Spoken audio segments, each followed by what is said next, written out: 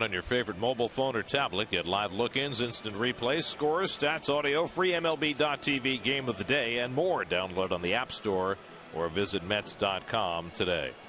On the mound for the Mets this afternoon is Zach Wheeler. Wheeler fought through some early difficulties in his last start to continue his hot streak when he got the victory against Washington. Well, yet another Met pitcher that's on the verge of becoming a 500 pitcher. He gets a win today. He gets it up to 8-8. His last outing had a little bit of control issues early, but what's most impressive is that he righted the ship and he wound up having a pretty strong outing. He's against the Phillies 4 starts. He has a 2-1 record.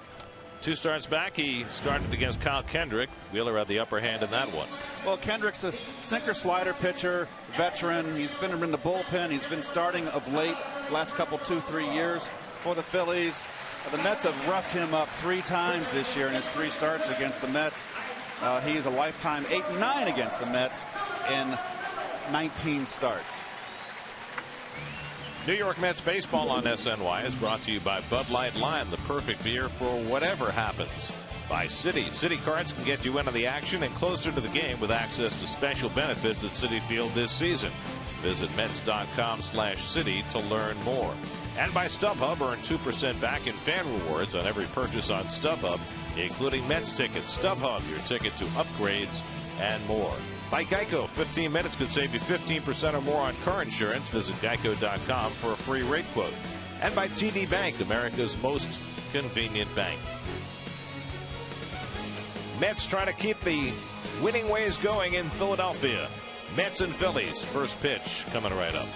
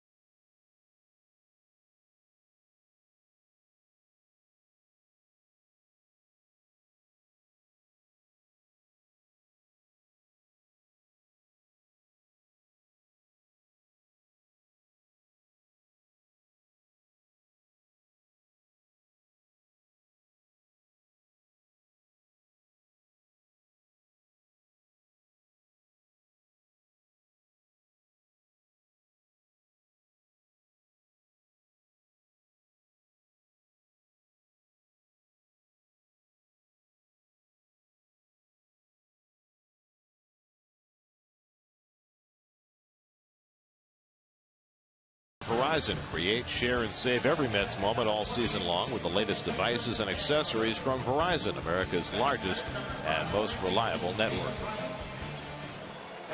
Boyz II Men is coming to Citi Field for a concert after the Mets-Cubs game Saturday, August 16th as part of the Mets concert series presented by Dwayne Reed. Catch Boyz II Men live in concert August 16th. For tickets, visit Mets.com/concerts. Time now to send in your AT&T fan photo of the game. Tweet or Instagram your photo using hashtag SNY fan photo for a chance to have it shown later tonight during the game.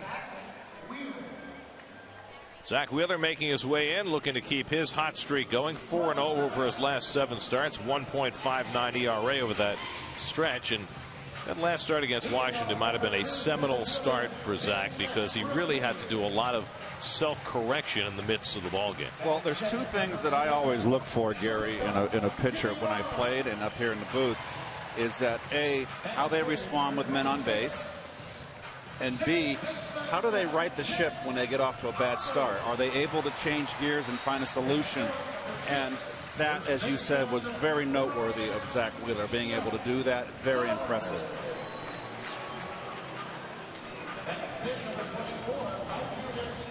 For every strikeout Mets pitchers record this series against the Phillies, you'll get 1% off each ticket to see the Mets at home August 12th through the 18th against the Nationals and Cubs. Watch Met pitchers all series long and save. Met pitchers have already struck out 12 in this series, so you've already got 12% off. And Wheeler on the mound today. Chance for more. Log on to Mets.com/strikeouts for more information.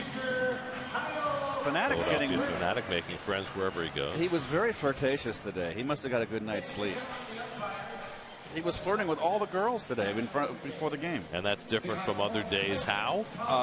Usually he's messing around with the players. I see.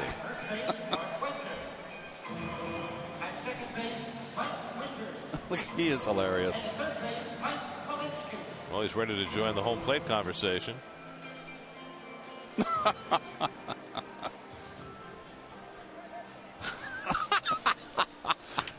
got it going on, doesn't he? It's a good thing the Fanatic knows the ground rules. Very straight men in the black uniforms there. So the Mets and Phillies had a long night at the office last night. They had a pregame ceremony honoring Charlie Manuel. 11 innings, 3 hours 40 minutes. It was a short night compared to a few other teams around baseball. Oh.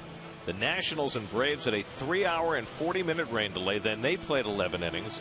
They finished at 2:29 this morning, with Washington finally beating Atlanta 4-1. 4-1 on a big 3-run 11th that topples the Braves. And you know why it worked out for them? Because the game went past midnight.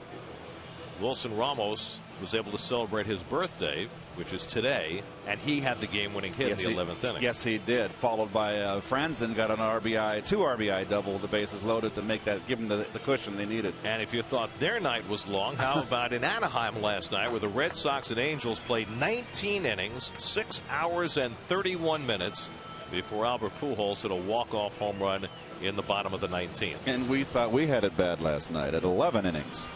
It was a very entertaining game last night for those 11 innings. There's the National League East standings, with the Nats winning. The Mets stay 8 games behind. That 4.5 game lead for Washington matches their largest of the season. But the Mets' victory last night did get them closer in the wild card race. They're only 6 games behind St. Louis and San Francisco for the second wild card spot. So while the Mets are still on the fringes, they have gained ground in the wild card the last 2 nights. Well, the one good thing is Cincinnati's starting to fade, I think, and I think the Cardinals are in trouble. Everybody lost last night in the National League except Miami. Here's your Geico Mets starting lineup. Matt Dendecker celebrating his 27th birthday and just back from Las Vegas. He's going to get the bulk of the playing time now in left field, and in there today batting 6th. Right between d'Arnaud and Lagares, as the Mets take on Kyle Kendrick for the 4th time this year. Well, Kendrick is just a journeyman right-hander, kind of the 4th man in the rotation here. Left-handers have been his bane this year. 306 batting average against him with 8 home runs. Doesn't walk people. He throws strikes. Sinker, slider, change. And we'll take a look at the Philly defense, and that's always brought to you by Coors Light. Dominic Brown and Grady Sizemore in the corner outfield positions. It puts a lot of pressure on Rivera to cover a lot of ground. The corner outfielder defense not that grand. And the same cast of characters the first 2 games on the infield. And Nieves giving Ruiz a spell here with a day game after a night game. So no Ruiz and no Bird in the lineup for the Phillies today. They have basically been the sum total of the Phillies offense over the first 2 games of this series. Well, 2 big bats, but when you got an aging lineup, Gary, you can't run them out there 162 games a year. You got to give them some rest. So the Mets looking to make it 3 straight in this series. They've got a day game tomorrow before they head home to play the Nationals on Tuesday night. The Mets have now won 11 of their last 12 games here in Philadelphia. And you think about the way they struggled here during the Phillies' run of 5 straight division titles. They have really taken advantage of the fading Phillies over the last couple of years. Well, it's been a change of the guard, no question. The Phillies are an aging ball club in decline. The Mets are on the rise. And the Mets have used plenty of overtime to beat Ryan Sandberg's Phillies this year. Mets and Phils have already played 6 extra inning games against each other, which ties the Mets club record for their most extra inning games against one team in one season. 1985 against the Cardinals. I don't remember all 6 of the extra inning games, but I remember one, the one in St. Louis where Darryl Strawberry hit the ball off the clock against Ken Daly. Off the Cardinal. Well, the Cardinal clock. Remember, that was a bomb that won that ball game. Hanging curveball. I remember my view from the third base dugout. 1-0 in 11 innings. Ron Darling. I'm sorry, real quickly. Darling started that game against Tudor. Curtis Granderson leads off and takes a strike from Kyle Kendrick, and we're underway. I remember a very hard foul ball Jack Clark hit against Ronnie right in the middle of that game that just went foul down the line. I forget that one. Granderson 1 for 11 in his career against Kendrick, but Curtis had a better series. Hits a shot right through Howard and into right field, and that's how this one begins. Well, Howard hasn't got the greatest of hands, and we see so many times in day games, his glove was not in position to field. I would see, look at that, his glove is closed. All you kids, when that ball's thrown, that's how your glove should be, right there. If his glove was facing home plate and down the ground, he makes that play. That should be an E3. Well, anytime it goes between the wickets, you expect it to be an error, and that is the way they score it. So the Mets get a leadoff base runner on Howard's miscue. And now here's Daniel Murphy, who took a rare 0 for last night. He went 0 for 5 after a long hot stretch, which saw him get 2 hits just about every day. Well, he had 5 consecutive multi-hit games that was broke last night with that 0 for 5 off a very, very tough Cole Hamels. Still in all over the last 14 games, Murphy hitting .417, .303 for the year, leaves him 9th in the National League in batting. And he hits a slow one down to Howard. He handles this one cleanly, and that's the first out of the afternoon as Granderson moves to second. Well, if you have, and I don't want to be picky here, if you have an aggressive first baseman, Howard's never known for his glove. You come in and field that ball, you come get it, you get Granderson at second base. Picky. That's why my pitchers love me. Keep those guys out of scoring position. Not everybody has your skills. I know, I understand. I can still make that play at 60. Let me tell you. Here's David Wright. David had a big hit to set up the winning run in the 11th inning last night. He also walked twice, and that's rather significant for David right now as he tries to fight his way out of the doldrums, and he hits one up the middle. He's got a base hit. Granderson around third. He heads home, and he'll score the first run of the day. David Wright with an RBI single on the first pitch he sees, and the Mets have an early 1-0 lead. Well, Granderson first ball hitting, Wright first ball hitting. Result, 1-0 Metros. So the Mets take advantage of the Howard error. 55 RBIs for David Wright. He's now had a hit in 9 straight games. And now here's Lucas Duda. Duda 2 for 9 in this series. Had a couple of hits yesterday off left-handers. And he is going to be playing virtually every day the rest of the way, lefties and righties. As he should.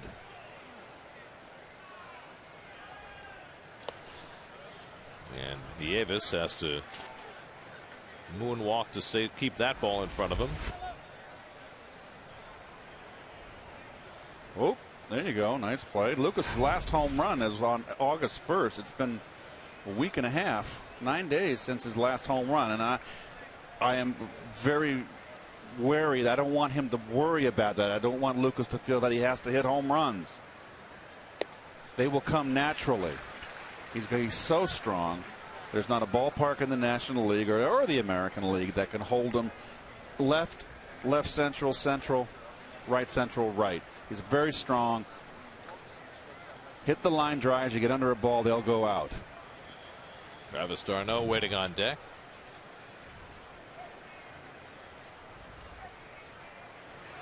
And Duda drops down the bunt, trying to take advantage of the shift. And that almost got him on the knuckles. Watch this. Nope. Almost got his left hand, a la David Cohn in San Francisco, if you remember, Garrett. Atley Hammaker. Yep. Well, it's a good idea for Lucas. They're giving you a base hit if you can bunt it anywhere on the left side of the infield, especially if you can bunt it hard so you make sure the pitcher doesn't field it. And you can see the defense, and they're not playing him in the outfield because of potential double play. But I think that you can put Utley a little bit deeper on the grass and still get two. Lucas not really fleet of foot.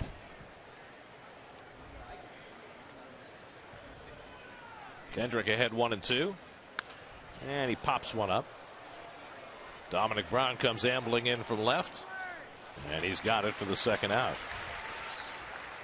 But Dominic Brown just looks like he's running on eggs out there, doesn't he? Doesn't look comfortable. That's no, he sure. does not. Look at this. He's a big, long-legged kid. Kind of ambles in. Just looks like he's in pain. So 2 out, right still at first, and now here's d'Arnaud. Travis 2 for 8 in this series, including a home run on Friday night. He really had a terrific at bat in last night's ball game in the 9th inning off Papelbon. And that was what, around 12 pitch at bat, on or about there, where he fouled off a lot of pitches. There's Dendecker going to get his start since coming back up. Hit a bullet, d'Arnaud, down the third base line. This was a beautiful play by Ashe. One of a couple of terrific plays that Ashe made at third base last night. And the slider off the plate from Kendrick. 2-0 to d'Arnaud. Mets have faced Kendrick 3 times this year, and they've scored 4 runs against him in all 3 starts. 5 1/3, 6 and 6 innings in those 3 starts, so he has not fared well. Here the Mets with an unearned run on the board already here in the opening inning. Phillies came into the day having made the 3rd fewest errors in the National League, but the opening error by Howard leading to a run. d'Arnaud has just been a little bit under the high pitches of late, letter high, and those are good pitches to hit. He's been fouling them back.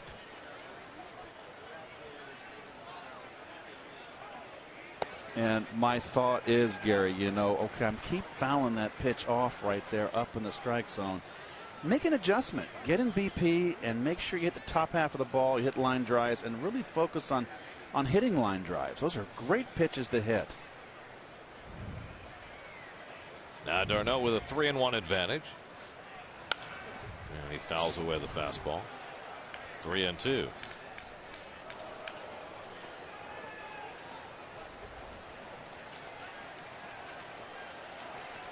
Well, Anthony Recker accustomed to playing day games after night games, but not today. Well, I think he'll be in there tomorrow. He got the start in the day game in Washington on Thursday. Recker did. So Wright gets set to run. Howard playing behind him with 3-2 and 2 out. Payoff pitch to d'Arnaud, and the breaking ball is high for ball 4, and the Mets have 2 men on. So an off-speed pitch from Kendrick on 3-2, and that gets Dendecker to the plate. Happy birthday to Matt Dendecker. He's 27 today, and that coincides with his return to the big leagues. He made 10 starts for the Mets earlier this year when Juan Lagares was out. He was tearing it up at Las Vegas, leading the Pacific Coast League in hitting, batting .334, .407 on base percentage, .540 slugging percentage, 8 home runs. He was just having a phenomenal season in AAA. And now Mets are hoping that will translate to the big league level. 2 out and 2 on. And Matt takes inside for ball 1. Interesting where Matt holds his hands low, around waist high, bat straight up, a la Orlando Cepeda. The bat is at perpendicular to the ground. I don't recall him holding the bat like that, Gary. Not that low, no. Well, he talked about making some tweaks, shortening his swing, spreading out his legs more so that he's not striding. Those are the adjustments he made while he was in Las Vegas. Okay, you don't want to spread out too much where you lock your hips and you lose your rotation. I'm always wary of that. Kendrick behind 2-0, and Dendecker watches that one wide. Matt tends to strike out a lot. He tends to walk a lot. His strikeout rate was down a little bit this year. But what's been telling about Dendecker's career is that every time he gets to a level, he struggles. And when he goes back to that level for a second time, he tends to thrive. It's happened in AAA, and now hoping it'll happen at the big league level. And he swings 3-0 and fouls it off. Wow, so that's Terry Collins right there trying to get his slugger off to a good start. This was a pitch to hit. Good cut, just under it. You don't very often see a young player with hardly any time in the big leagues getting a 3-0 hit sign.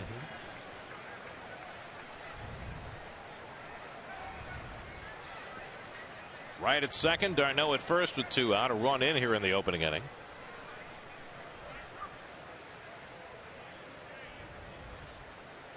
Three-1 to Dendecker, and he pulls one down to Howard at first. Kendrick gets over to cover, and that retires the side. The Mets cash an unearned run on David Wright's base hit and give Zach Wheeler a 1-0 lead as he goes to the mound.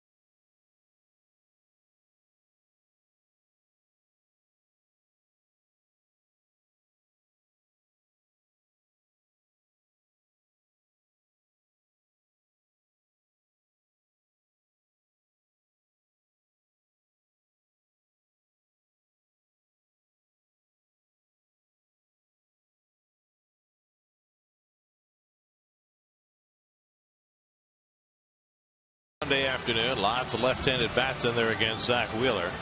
That's the nature of the Phillies batting order. Marlon Byrd sits today. Grady Sizemore gets the start in right field. Will Nieves behind the plate. Otherwise, the same unit to face Wheeler, who will be bidding to beat the Phillies for a 3rd time this season. Well, Zach has been pitching so much better. Always brings the hard fastball. One of the hardest throwers in the game. Outstanding power pitcher. Good breaking ball. The walks at 55 it's in the top 10 in most walks given up by pitchers, but it's a little deceptive. He's been so much better the second half of the season with his control. Yeah, that tough inning in Washington in his last start. Walked 3 batters in the second through a wild pitch that cost him a run, and then was able to right himself, got a couple of breaks, and turned that into a victory. Ben Revere leads off for the Phillies, 2 for 9 in this series. Mets blanked him last night. That's been a rarity for Revere of late. He's been red hot. much like Murphy, and he takes outside for ball one. David Wright inside on the grass down the third base line. And Wheeler fires a fastball for a strike, 1-1. Well, Zach has such a very fluid and effortless motion as you look at Jimmy Rollins in the on-deck circle. He's one of those pitchers that everything's in sync. Ron Darling had that kind of motion. Steve Carlton.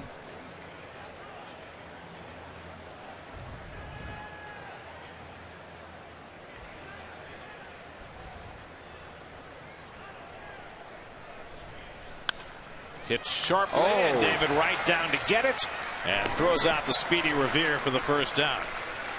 So Wright's had a big first inning, already an RBI hit, and now a nice play, lunging to take a base hit away from Revere. Playing in on the grass becomes the hot corner. Totally reactive position when you're in on the grass. Nice play.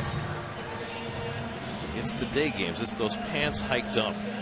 You think? Makes David a different player. And the orange laces, got maybe? The orange laces going, the whole thing on a Sunday afternoon. It's just like he's a different guy. Here's Jimmy Rollins, 2 for 9 in this series, and he takes the curveball for ball one. Wheeler throwing curveballs early, which is interesting because he couldn't find command of any of his breaking stuff for a good portion of his last start. But he was due. You know, he's been getting that over. You remember the game against Milwaukee when he pitched, I thought, his best game of the year. He was throwing 91-mile-an-hour sliders, Gary, and curveballs, if you recall. I know you do. And, you know, over a course of a season, you're going to have outings where you're not going to have command. Out to left center, and Lagares eases over to retire Rollins, 2 out. I just sense from Zach a whole different demeanor, an aura of confidence. I think that he's figuring it out, and when you figure it out and you feel confident, it gets easier. You still got to work hard and stay on top, but it just takes a whole lot of pressure off when you can relax and have an idea what you're doing, what you want to do. Here's Chase Utley, 3 for 8 in the first 2 games of the series. Well, Wheeler is at a measure of consistency now. You've got 7 straight starts for Zach where he's gone at least 6 innings, allowed 2 runs or less, and again, some of those starts were dominant. The last one wasn't, and that might have been the most impressive one of all. And we'll get the Lexus defense in. Matt Dendecker, first start in left field. He only had 10 starts, and they were all in center field. There's the infield. I just wanted to punctuate Dendecker, folks, so you know who's playing on the Met infield. It's lovely punctuation, exclamation points. 1-1 to Utley. In fact, for Dendecker, he's played only 1 major league game in left field and only 10 minor league games in left field. Had a few games in right field last year, but the vast majority of his experience is in center. You're not pushing Lagares out of the 8 spot in your defensive scorekeeping. You know, that one's off the mask of Darno and back.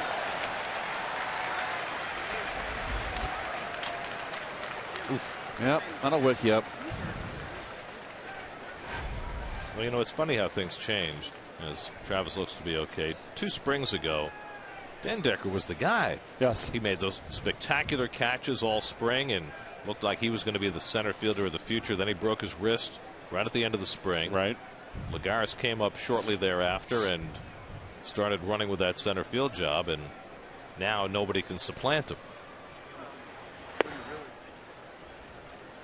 Well, you know, when you've got a guy like you got Neuenhuis on the bench, you got Dendecker in left, Lagares in center, all very athletic. You know, Lagares can't play every day. He's going to have his days where you spell him, and you know what? You got 2 guys that can play the heck out of center field. Yep. Utley hits one deep to right center. Back goes Granderson to the warning track at the wall. It's out of here. Chase Utley's 11th home run of the year ties the game at 1.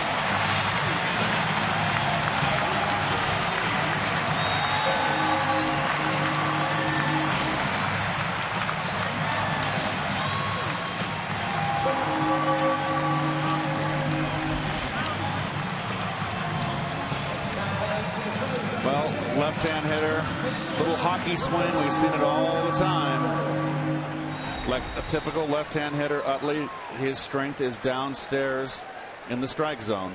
Utley's 33rd career home run against the Mets, his first against Zach Wheeler. And so it's a 1-1 game as Ryan Howard steps in. And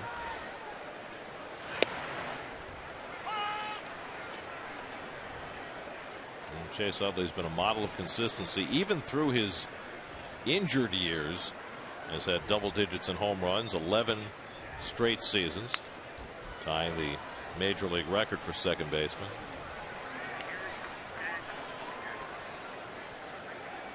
Joe Gordon, Lou Whitaker, Jeff Kent, Bobby Dora. I'm surprised that Joe Morgan's not in there. I guess Joe didn't do it. Joe hit 30 home runs. 2 years in a row was MVP. Early in his career in Houston, he wasn't really a home run hitter. More when he got to Cincinnati. Nice backhand play by Duda. And makes the toss to Wheeler to retire Howard and end the inning. But Chase Utley's home run gets the Phillies even. Number 11 for Utley. 1-1 game in Philly after 1.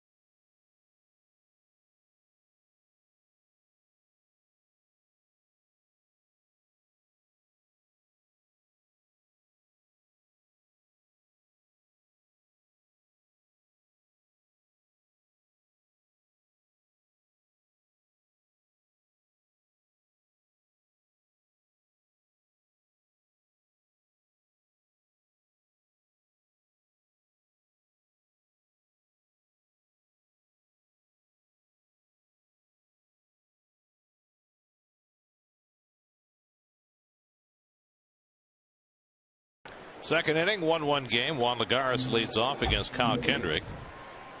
Lagares loves hitting against Kendrick. 6 hits and 8 career at bats against this right-hander. Lagares having a good series, 3 for 8 with a couple of doubles, keeping his average up over 280 for the year. And Kendrick has been falling behind more than his share of hitters early in this game. Not a guy who's going to walk the ballpark. He issued a walk in the first inning, but he's been 2-0 and 3-1.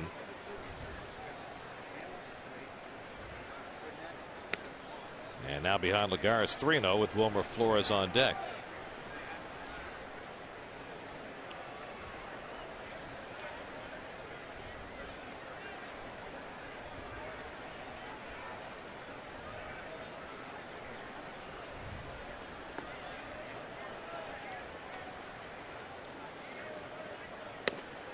Here's a strike.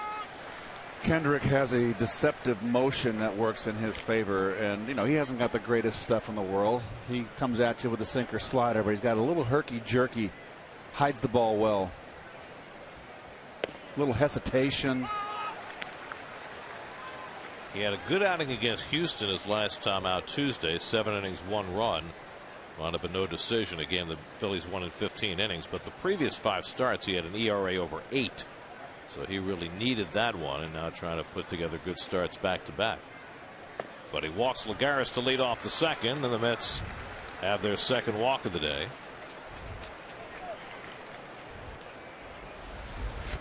Well, you take a look at the motion. Watch when he comes down to his belt, and a little bit of a hesitation.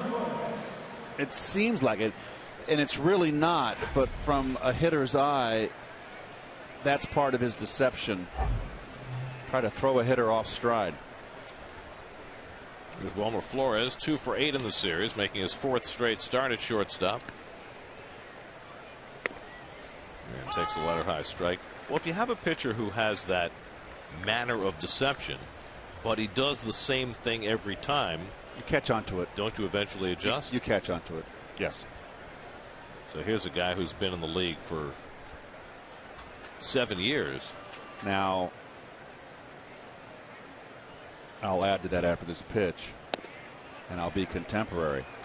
If you have great stuff and a herky-jerky motion that hides the ball, a la Kershaw from the Dodgers, then that's big trouble. That's part of his success, too. Probably the best pitcher in the game.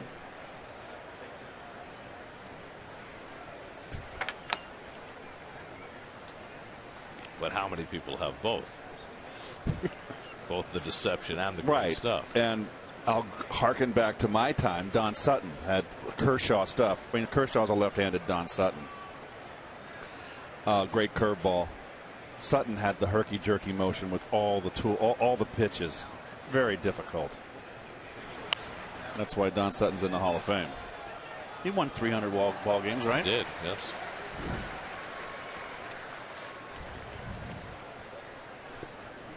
Don Sutton pitched on some great pitching staffs when yes, he first he did. came up with those Dodger staffs in the 60s. Well, he solidified the Milwaukee Brewers pitching staff in '82 when they won the American League Championship. And we, as a Cardinals, we beat him twice in that series. He was 0-2. He lost Game 2 and Game 6. They had Pete Vukovich on that staff, right? He was in the Cy Young that year. Peter. It's stopped by Nieves to prevent a wild pitch, 2-2.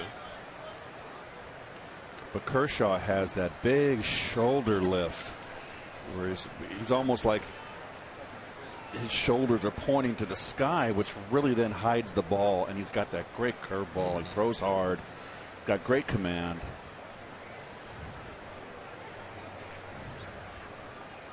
Lagares at first and nobody out. 2-2 to Flores with the pitcher on deck. And Wilmer hits one through the hole, a base hit. So the Mets have their second hit against Kendrick and the first 2-man on, and now Wheeler can go up there and bunt him over. Well, Flores didn't get a hit last night. He drove in a run. He got robbed. And here's Wheeler up in an obvious bunt situation.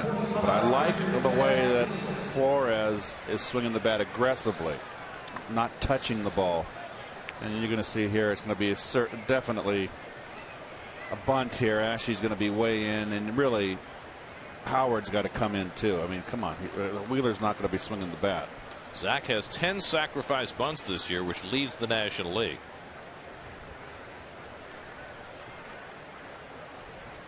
He's got to come in on the right side, Howard. They play straight up defense. Kendrick's play will be to first. So the 11th sacrifice bunt of the year for Wheeler. Play goes 1-4, and the Mets have 2 in scoring position. Well, Howard doesn't move so well, never has, and since the Achilles heel, he's nowhere in sight, and he should be. He's got holding a runner on first and second. I'm being very picky today. Now, the pitcher, if he comes up and throws, maybe. But look at his back is to the play. He has no idea where the runner is. It's totally reliant on the catcher making the call for him. So I'm sure the catcher, Will Nieves, said 1-1-1. So now Granderson with second and third and 1 out. And the slider in the dirt for ball 1. Granderson hit a ground ball through the wickets on Ryan Howard and came in to score an unearned run in the first inning.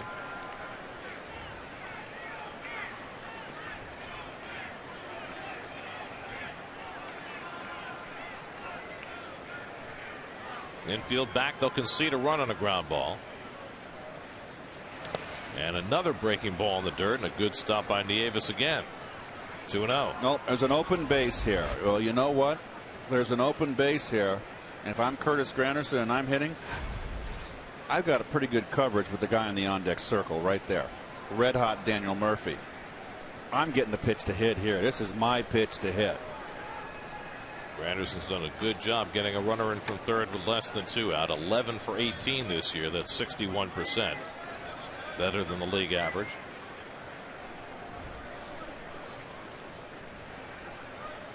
So Kendrick gives him on 2-0. Curtis just 1 for 12 against Kendrick, and he and Nieves not quite on the same page. It's been a struggle for Kendrick early in this game. Walked the leadoff hitter in this inning. That's put him in trouble. And Granderson takes just off the plate. 3-0.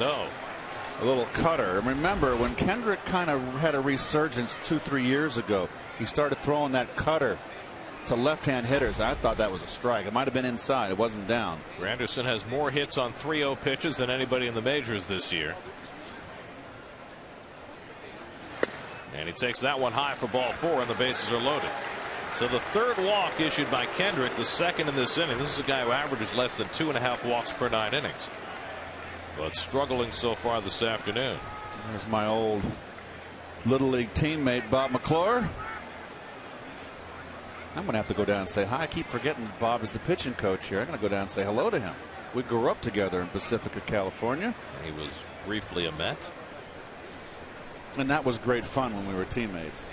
And who would have thought that, right? We're 8, 9-year-old kids. He's a year older than me, and we would play against each other in a World Series. We'd face each other and then be teammates in the big leagues together. What are the odds of that? Pretty long, I would say.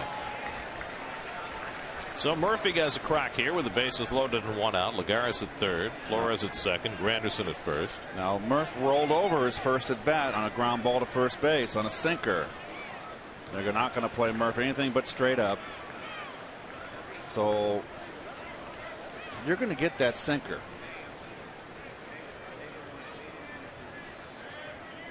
And Murphy attacks but fouls it straight into the ground. Cutter inside. I always felt a pitcher like this who needs a double play, a sinker ball pitcher, right-handed. Okay, they can throw you a fastball in first pitch, and I like to look in sometimes, particularly first pitch. But their bread and butter is the sinker away. And they need a double play. They think you're going to roll it over. I was always thinking, Gary, over the shortstop's head, into the gap. That's where Murph likes to go anyway. Now he finds himself behind 0-2. David Wright, who drove in the Mets run in the first inning, is on deck. Murphy, like Granderson, at 61% this year, getting a runner in from third, less than 2 out. But has to fight from behind in this at bat. Those sunglasses that Nieves just tossed aside. Well, it's a little cloudy, probably the patchy clouds, sun going in and out of the clouds. It's odd to see catchers wear sunglasses anyway. Yes. Since they're not looking into the sun most of the time. Going back in. Murphy lifts one to center. Tagging at third, Lagares. Revere makes the catch. Here comes Lagares. Revere heaves it home. It's cut off. The throw goes to third. Now Flores in a rundown.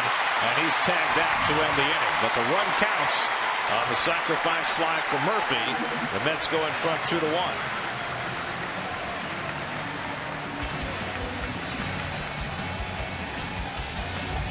Double play goes 8-3-5. Mets up 2-1 in the second. Poor base running.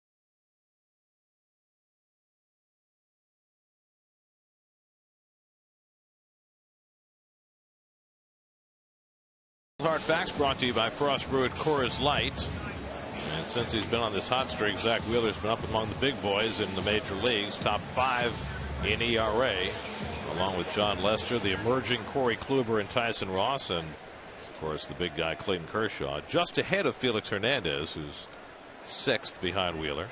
Grady Sizemore leads off in the home second. Sizemore 1 for 5 in this series, getting the start in right field today, giving Marlon Byrd a day off. Sizemore, Dominic Brown, then Will Nieves in the second. That's up 2-1.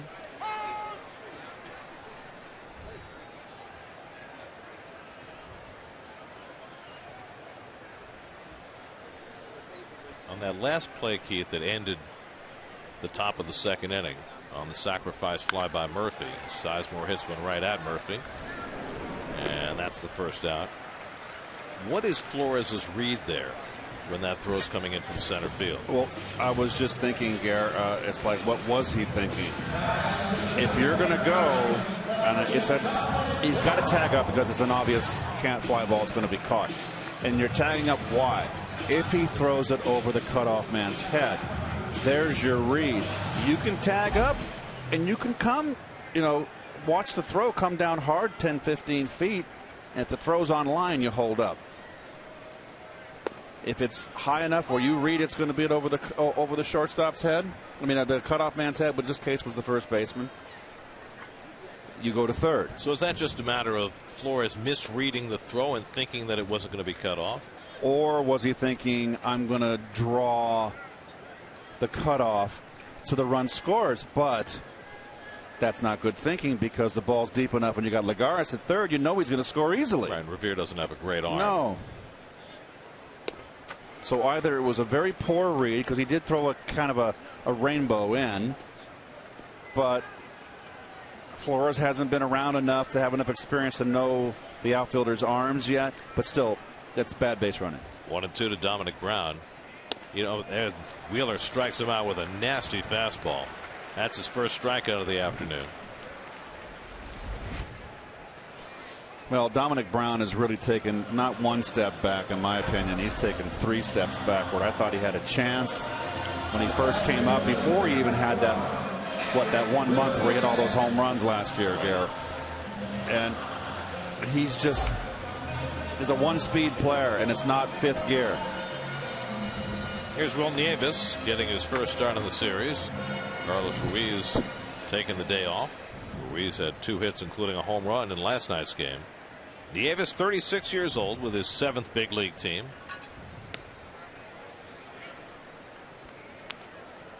He's had himself a nice little career as a backup catcher, hasn't he? He's been around a long time. Lifetime .243 hitter, making his 20th start for the Phillies this year. Spent some time on the disabled list with a leg problem.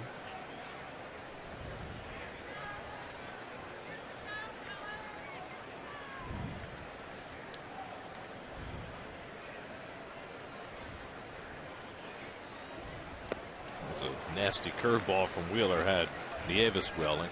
I was just thinking as you were describing Flores' attempt to go to third. That could have been a case where Revere's weak arm paid off to his benefit. In other words, he heaved it home.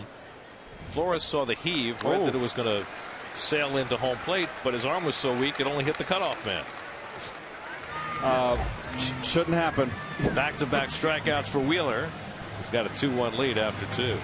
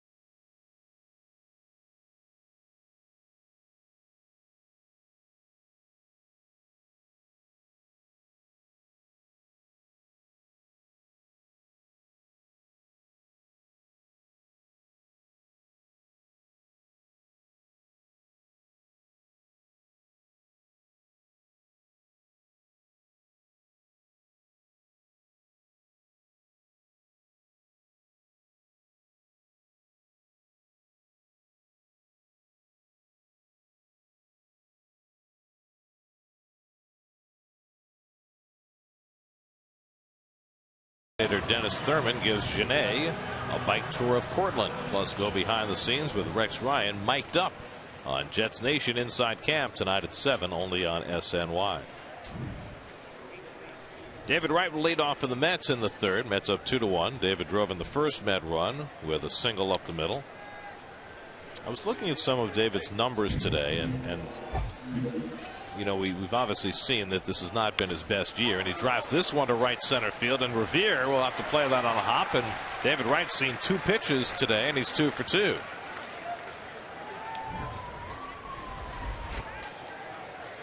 Well, it's good to see David going up the middle, staying in. He's been working so hard to try and get it back. He's got to get rid of that uppercut. Well, I was looking at his stats, and you know, yesterday he walked twice. He had 1 walk in his previous 12 games. So I went and looked at his walk rate for his career and this year. His walk rate for his career is 11%. This year it's 7.8%, which is the lowest it's been since his rookie season. So it's due to hitting one out to left field, and Brown is there, and that's the first out. But then I looked at his extra base hit rate. You figure if his walk rate is down, his extra base hit rate might be going the other way, but that's way down too. His career extra base hit rate is 9.7%. This year it's 7%. Again, the lowest of his career. So he's not driving the ball the way he does, but he's also not drawing walks the way he used to. I don't really care about the walks, to be honest with you. I want to see him driving the ball. I want to see him start hitting line drives and using that right center field, which was his power, was a strength. There's Travis d'Arnaud, who walked his first time up. Are you one of those guys who look at the sport page, Gary, and you see that you like to look at this date in baseball? Sure. I always love to. Well, you know, sometimes we'll bring you know, a sponsored element this date in baseball history. Yes. With the good folks from Infinity. There's around 3 or 4 really interesting ones in here today. Harmon Killebrew hit his 500th home run on this date against Mike Cuellar. Became the 10th player in the history. That was in 1971. Only the 10th player to hit 500 home runs. What a great Hall of Famer he was.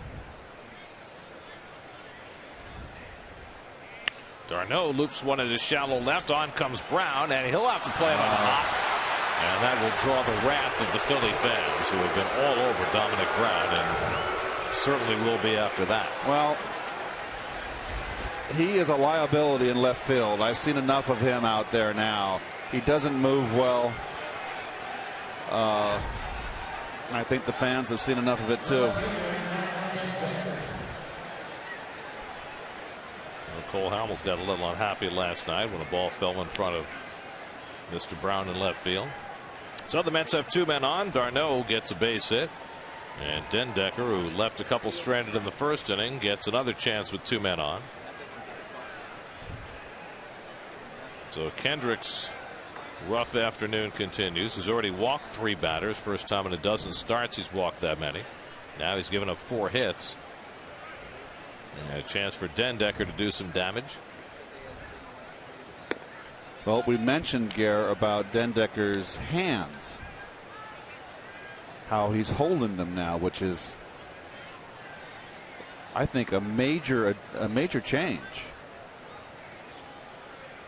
Bat straight up in the air, pointing like a spike into the ground and holding it at his waist. That's how Bobby Bonds held his hands. And there you go right there. Spring training on the right, and today on the left. So that is a major change. And a lot of the hitters hold their hands up high. And look at the spread in his feet a little more. So big difference.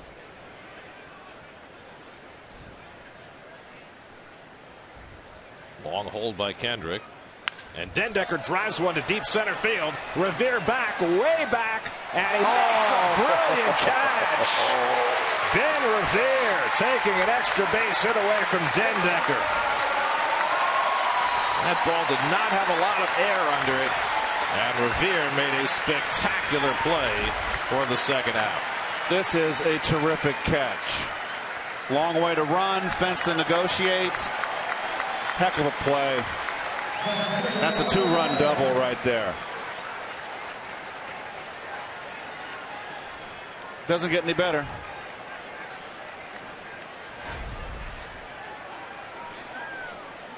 It's okay, young Dendecker. You keep hitting the ball like that, you're gonna be in the lineup. So here's Lagares with 2 out and 2 on. He's been known to make plays like that. Lagares walked and scored his first time up.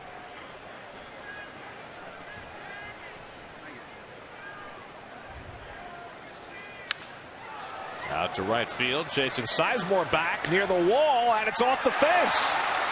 Wright will score.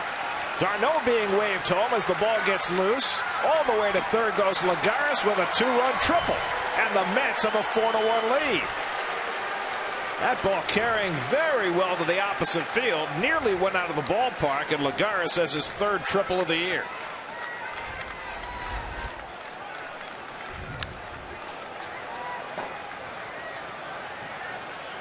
That's almost out, and that's the difference of when the Mets play the Phillies here. This ballpark brings a whole different dynamic. Fastball out over the plate. I didn't think he hit it that good either, Garrett, but that's off the top of the fence there. And watch Lagares at second base. He kind of stutters here, and then he turns it on because no one was backing up Sizemore. Now Revere was nowhere to be found. So 2 runs home on the triple by Lagares, and now Wilmer Flores takes the curveball up and in. Flores at a base hit through the hole into left his first time up. So the Mets, for the 4th straight time against Kendrick this year, have put up 4 runs against the Phillies right-hander. He's got to mix in that curveball a little more. He's throwing that little sinker that's not sinking, and that's BP. They got a great play made on Dendecker's ball. Otherwise, this inning would be even worse for him. Absolutely. And Flores hits the curveball on the ground to Rollins. And that retires the side, but the Mets cash 2 on Lagares' opposite field triple. 4-1 Mets in the 3rd.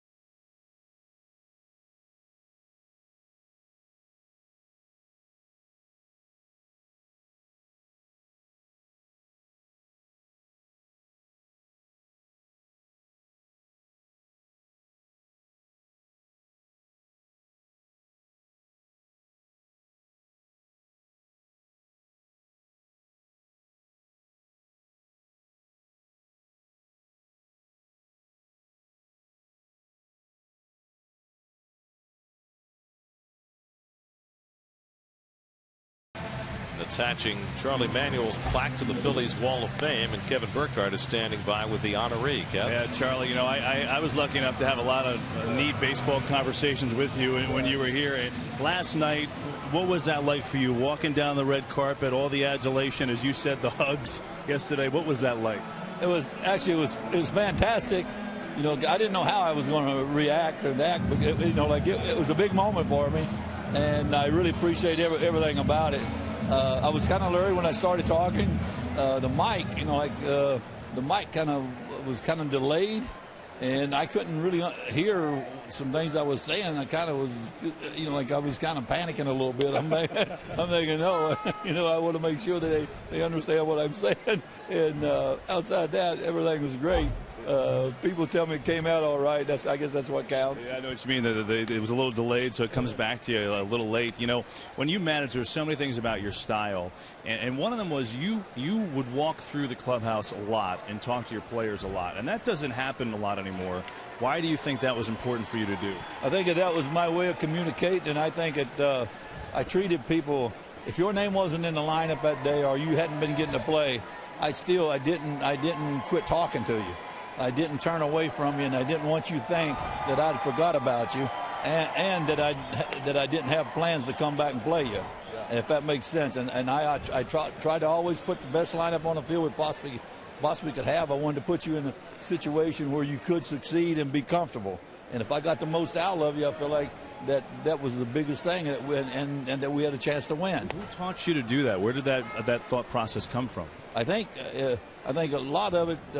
I had managers like Billy Martin. He was a vocal kind of guy, and actually he had certain guys that he liked to play with, and I happened to be one of those guys. And Walter Austin, where he was kind of quiet, but Walter Austin he would always come around, and he had. I remember he always had some way of touching you, like putting his hand on your shoulder or something like that, and saying something in a real positive way about you, about something that happened that day, or something that he did. It was good, like maybe he hit like 25 straight shots or something. He'd always kind of get a laugh with you, or he always wanted to know. He always wanted to know the things that you liked and things like that. And I think being around the different kind of characters and people and who they are, I think that's how I learned that it's very important to really communicate with every player on your team, and also treat him like that that he's a good player, and I think that breeds confidence to him, and never forget about it. Yeah, Austin found a connection. That's interesting. As Ashley goes down, as Kendrick up now, as we talk to Charlie Manuel. It's baseball's going to have a new commissioner next year, and you've been around this game all your life. If you were to go in that seat, what do you think this game needs, Charlie, to kind of spice it up? What needs to be done going forward to keep this game healthy? I think I think that the next commissioner that's going there is going to, he definitely is going to be a high-profile guy who's got a lot of experience. I look for you maybe to see some changes, but I think overall, I think the biggest thing that kind of I'm concerned, or my worries would be, is that when I look at it, I have philosophies just like TC has philosophies, and my philosophy is nothing is more important than the game. The priority is to win the game. Yeah. And I think sometimes with everything that goes on and the events at the ballpark and the scoreboards, everything, and all the color that's added into the game, I think it's and of course the money, things like that. I think the game, people forget that it's 100. They look at it. They look at it completely different from what I do. It's a 162-game schedule. We got to start from the first game of the season, and that day is important, and that every day we play is important. And the game is the number one priority. I think if people start looking at it and studying it and things like that, which I think they will, I think we'll get back to more serious baseball. I think that's pretty well said. You talked about TC, Terry Collins, of course. He was your teammate, AAA Albuquerque. So what was Terry Collins, the ball player, and the teammate like? He was always Terry Collins loved the game. He was definitely a student of the game. He was a utility player on our team, and he knew his role, but nobody outworked him, and nobody would out hustle him. He learned how to play the game the right way. If Terry Collins made mistakes in a game or something, it might be because that actually he didn't have the foot speed or the quickness or like the strength in his swing, like to get the job done. But it didn't. His problem was never the like of studying the game and knowing how to play and hustling. Before we let you go, as review bats here, and hopefully give us a little time. Howard and Rollins and Utley, what did they mean to you, and what do you think when you watch them now? I look at them now, and I think all three of them in the last 2 or 3 years has had some downtime from injuries. but at the same time, like, yeah, they're getting a little older. They don't put up the 300 numbers or the 290s that Jimmy used to hit with 90 RBIs or 75 to 90 RBIs and leadoff hole. They don't score. He doesn't score the 125 runs anymore. But if you look, it's hard to find somebody that can move him off the field. Yeah. He's still got the talent. He's still got enough quickness in his bat and his swing. Chase Utley, his numbers at times are not. It's not that 310 or 320 or 330 we used to see, and the 30 homers. Like he's kind of with his injuries over the course of years, and he's getting a little bit older. He's probably in that 15 to 20 home run mark, and he's probably at the 75, 80 RBI total. And his numbers, is dropping off. Ryan Howard's the same. Ryan Howard probably is the one guy in the last 2 or 3 years. He had a very serious injury. I don't think people realize how serious it was. That Achilles, it's certainly tough to come back from. And Charlie, listen, it's a pleasure talking to you. It's always fun talking baseball. I don't think Met fans like you very much, but it was always a pleasure coming to the park and catching up with you. Best of luck to you. Let me tell you something. I like the Met fans. I mean that. Hey, I want to beat you all the time when I played you. I want to beat the Mets fan, but I love the Mets fans for being Met fans. How about that? You love the rivalry, didn't you? Exactly. Charlie, good seeing you. Best of luck. All right, guys. Charlie Manuel, let's go back to you. It's delightful listening to Charlie talk, isn't it? Charlie is a terrific guy. You can just tell the kind of personality that he has by the way he expresses himself. Very humble. I found it very interesting that he learned from Walter Alston. Everybody learns from everybody. Gary, in your profession, you learn from someone that you listened to, that you wanted them maybe do things that you found that they did well, that you incorporated into your broadcast, your style. I think same thing in baseball. It's true in any profession. Yeah.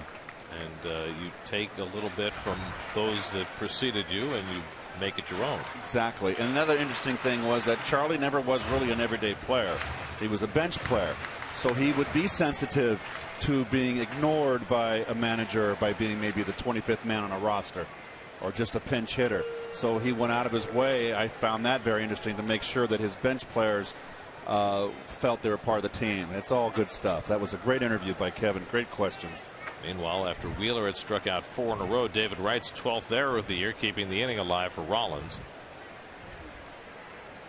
Rollins flied to center his first time, and he takes outside. Well, Charlie's his biggest years came playing in Japan. Right. He was a great player over there. And I think that also increased his understanding of how to treat players, because the culture is so different there than it is here, baseball-wise. I think the same is true with Terry Collins, who worked over in Japan. You learn a lot that way. Revere takes off, and Rollins fouls it off. Well, in his acceptance speech last night, he said he never thought he would ever manage. He wanted to teach. He was wanted to be a hitting coach. There's a guy that managed 9 years in the minor leagues, and that's taking long bus rides and not making a lot of money. I mean, you really got to love the game. Well, and then he cut his teeth at the big league coaching level as the hitting coach with the Indians, where he was just revered for those great hitting Cleveland teams. 2-2. Slow tapper. Duda's going to field it. Wheeler gets over to cover and beats Rollins to the bag to retire the side. So Wheeler able to work around the David Wright error. There's Charlie Manuel's plaque up on the Phillies Wall of Fame, inducted last night. Mets have a 4-1 lead after 3.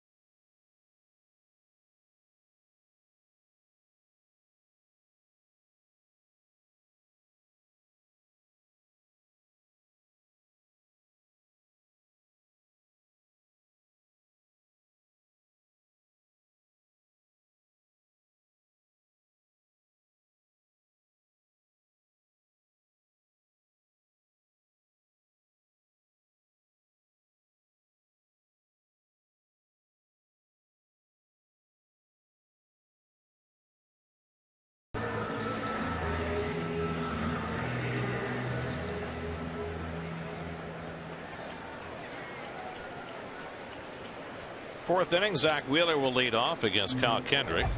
Wheeler sacrificed his first time up, and he takes the slider for a strike. Mets with a run in the first, a run in the second, and 2 in the third to jump on Kendrick again. These two matched up 11 days ago in New York, and the Mets and Wheeler were victorious 11-2, and Mets off to a fast start again against Kendrick today. Curtis Granderson on deck, then Daniel Murphy in the fourth.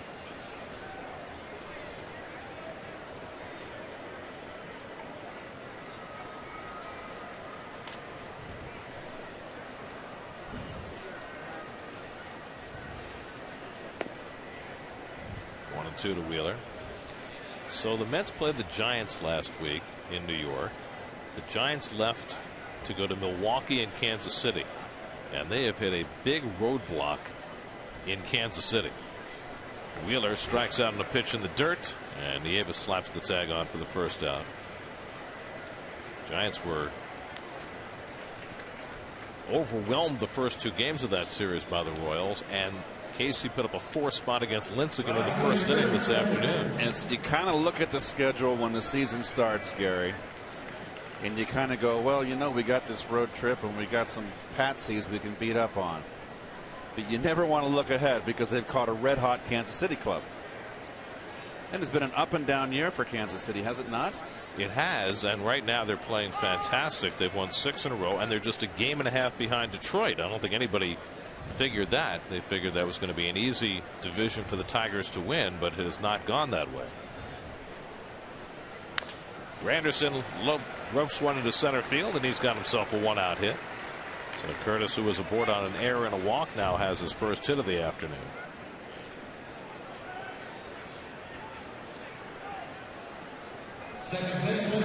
Mets have their 6th hit against Kendrick, and now here's Murphy, who drove in a run with a sacrifice fly that turned into a double play in the second inning. Well, Daniel was down and almost ready to go into the 270s in that little bad stretch he had after the All-Star break.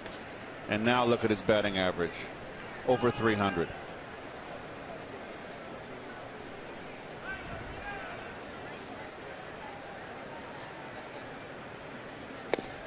Leading the National League in base hits with 144. He is just shy of a 200 hit pace. We're almost at the 3/4 mark of the season.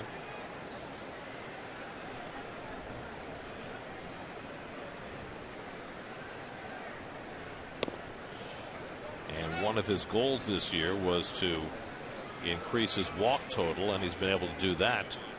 His walk rate is up slightly this year. So here he is with a .348 on base percentage coming into the day. It has just been a terrific offensive year all the way around for Murph. 32 doubles, that's 3rd in the league. Kendrick behind him, 2-0.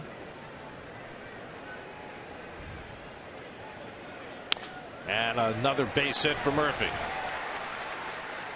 Well, Kendrick's been falling behind in the count all day, and it's costing him. He's given up back-to-back hits here in the 4th. He's got no sinker. Watch this. He wants to sink at his right belt high, mid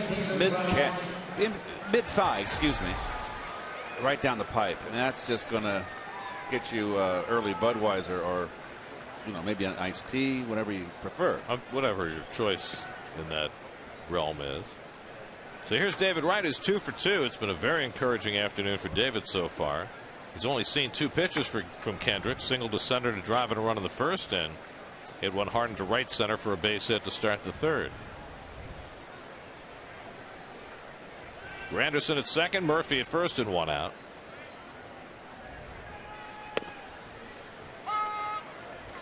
One thing we've seen in this series, Ryan Sandberg has been very reluctant to get his bullpen up early. Here's your City probables for the final game of the series tomorrow. John Neese trying to snap a losing streak against David Buchanan.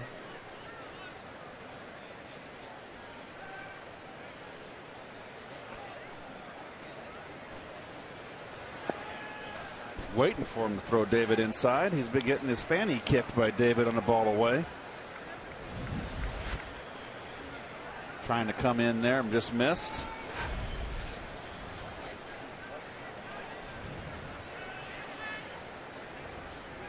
They get so bored out there in the bullpen, don't they? Wouldn't you? I would not be a good relief pitcher. I would not have never been a good bench player. Although I probably would have adjusted. It's a nice way to make a living any way you can, right? In the big leagues. Well, they have more toys and snacks out in the bullpen than they used to. Kendrick had 1 and 2. And right bounces 1 to third, might be 2. Ashe to Utley, the turn in time for the double play. 19th double play grounded into by David Wright this year. That gets Kendrick through the 4th, first inning in which the Mets have not scored. Look at Utley. Abracadabra.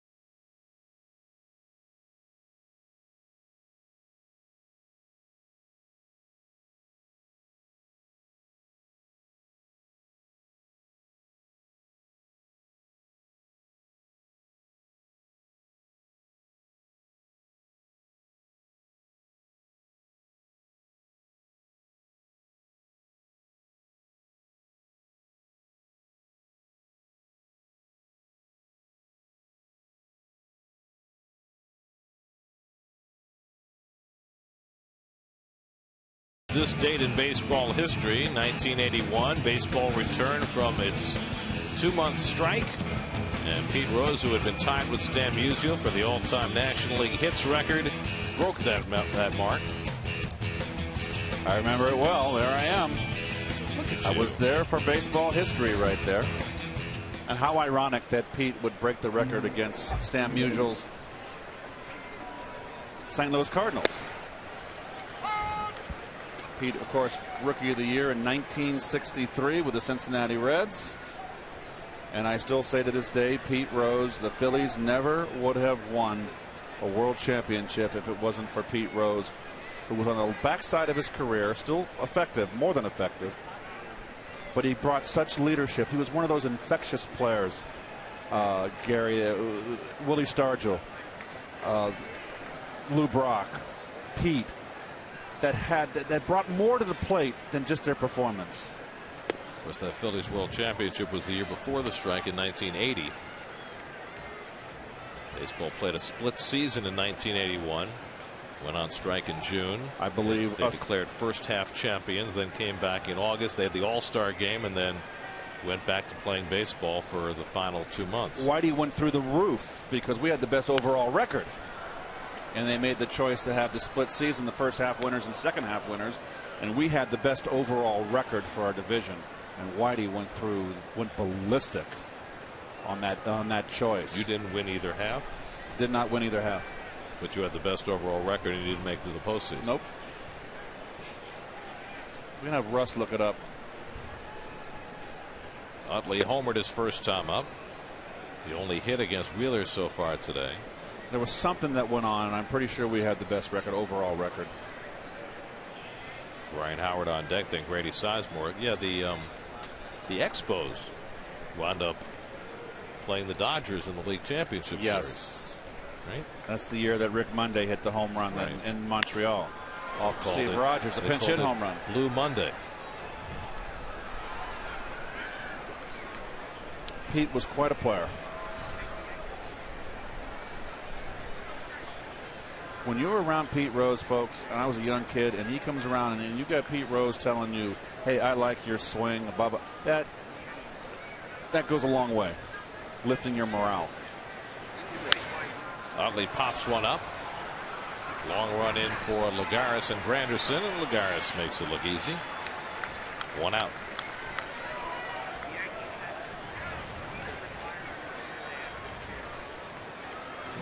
Well, Utley hit the home run against Wheeler, a hanging slider, and Wheeler has been in firm command ever since.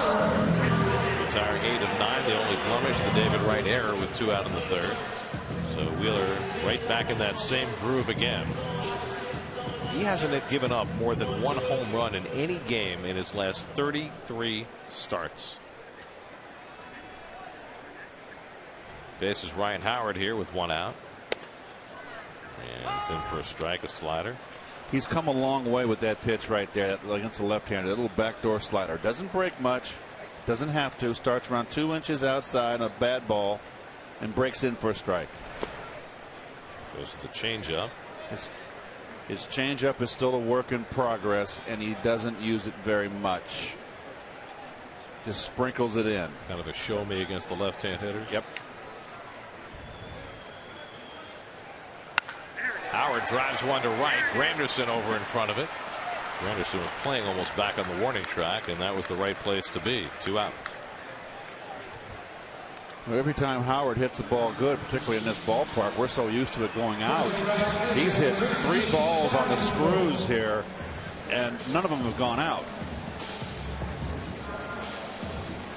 over the series, over the 3 games.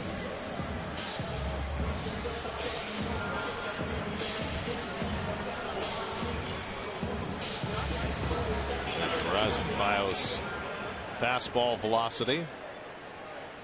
He's throwing fewer fastballs this year, but harder than last year. Grady Sizemore takes a curveball for a strike. Look at that hook right there. That's just a vicious hook. You got to take it. It's an outside corner, left hand. I don't want to hit that. I'll spit on it. I'm 0-1. I'm looking for a fastball off this guy. Right at Murphy, and Wheeler's got himself a 1-2-3 inning in the bottom of the 4th. After 4-1 Mets.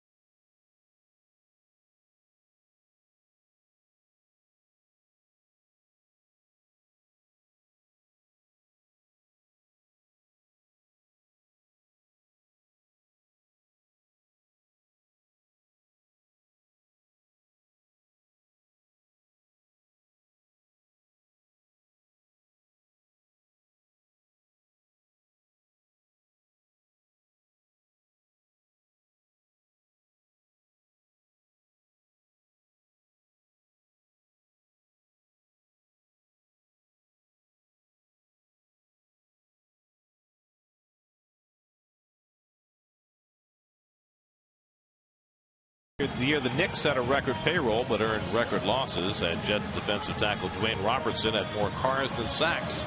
This week, relive the best sports stories from 2005 on Oh Yeah. New episode tonight at 10 p.m. only on SNY. Lucas Duda will lead off the fifth inning for New York Mets with a 4-1 lead. So we looked up 1981, and indeed you were absolutely correct, Keith. The Phillies won the first half before the strike. You guys finished second. The Expos won the second half in the National League East, and you guys finished second, St. Louis. But overall, the Cardinals had the best record in the league, 59-43, a better winning percentage than Montreal. But Montreal played Philadelphia in that division series that year and played the Dodgers in the LCS. That just made us mad. We had 82. We won our division, won the National League, and won a World Series. So you think that if you guys had gotten to the postseason in '81 that you would have beaten the Dodgers? I don't know. That I don't know. Dodgers were a pretty good team. They were a veteran team. We were a young team up and coming. But we had that speed, you know. That big ballpark. Dodgers were a home run hitting ball club. You never know, as Joaquin said. Duda's been up twice, flying to left both times. And takes the curveball inside from Kendrick, 2-1. Duda, d'Arnaud, and Dendecker for the Mets in the fifth. Mets trying to make it 12 wins in their last 13 visits to Philadelphia. That's pretty good, right? Yes, I would say that's dominant. But how about this? As Duda lays off the curveball, and it's 3-1. The San Diego Padres, who won in Pittsburgh last night, have now won 13 in a row in Pittsburgh. And this is during a period where the Pirates have become a pretty good team and the Padres have not been. And San Diego's won 13 straight in Pittsburgh. Back to what Joaquin said. You never know. Duda hits one well to center, chasing Revere back to the track at the wall. It's out of here! Into the shrubbery. Lucas Duda, number 21.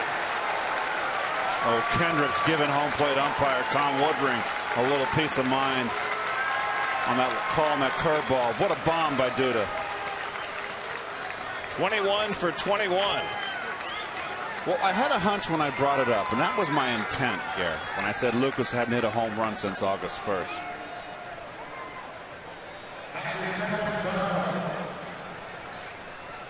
As I said, Gary, there's not a ballpark in any direction that can hold Lucas.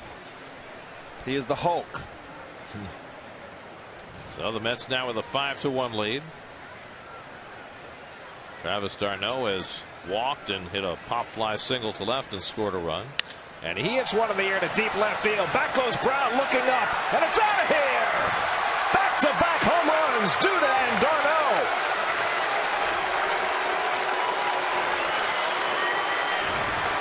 Number 9 for Travis d'Arnaud, and it's 6-1 New York. And the Mets are putting a big-time hurting on Kyle Kendrick. Duda and d'Arnaud hitting home runs on back-to-back pitches. Well, we're going to show you both. Here's Duda's number 21 on your scorecard. Sinker down and away. Look at him cover it. He didn't try to pull it. Excellent, Lucas. Oh, they're both happy. Look at this. I'd love to see this. And d'Arnaud. Oh, d'Arnaud. You know what d'Arnaud can do? He can turn on a hanging slide ball. That's when he really pulls it.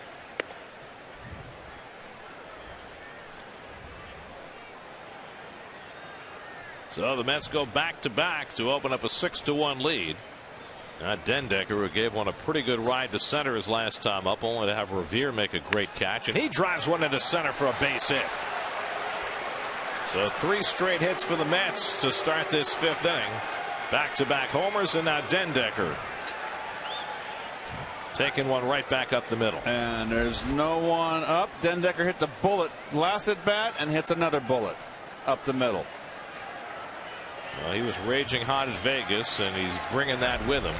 Bob McClure will visit the mound. The Mets have hit 2 home runs tonight. Log on to SNY.TV/Dwayne Reed to print out your coupon for great savings at Duane Reade and Walgreens. But you're right, Keith. Nobody up in that Philadelphia bullpen, and we saw this in the first game of the series with A.J. Burnett. Ryne Sandberg is just letting these starters ride even when they're getting crushed. I don't think he has much faith, and he's got a couple guys in the tail end of that bullpen, but his middle relief, very suspect. The back-to-back homers for Duda and d'Arnaud. Second time the Mets have gone back-to-back this year. Curtis Granderson and Chris Young did against Oakland and Scott Kazmir back in June. It almost looks like Kendrick has been beaten to a point where he's saying uncle. Here's Juan Lagares, who tripled off the right field fence his last time up to drive in 2. And a slider at the knees for a strike. Lagares walked his first time up and scored a run. He's had a terrific series. 4 for 9, 2 doubles, a triple, 3 RBIs. And he hits one hard but foul. Well, there's some good swings being taken up there, and don't forget that Dendecker has some speed. He can steal bases. This ballpark right here, 6-1. Nothing's safe.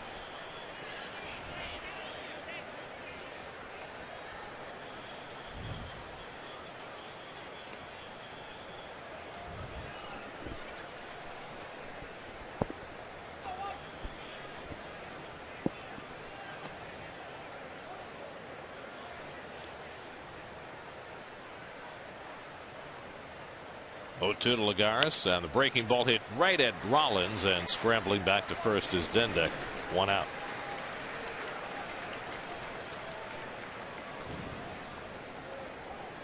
So Lagares retired for the first time today. Now Wilmer Flores, who has singled and grounded out, 1 for 2. Mets now with 10 hits against Kendrick,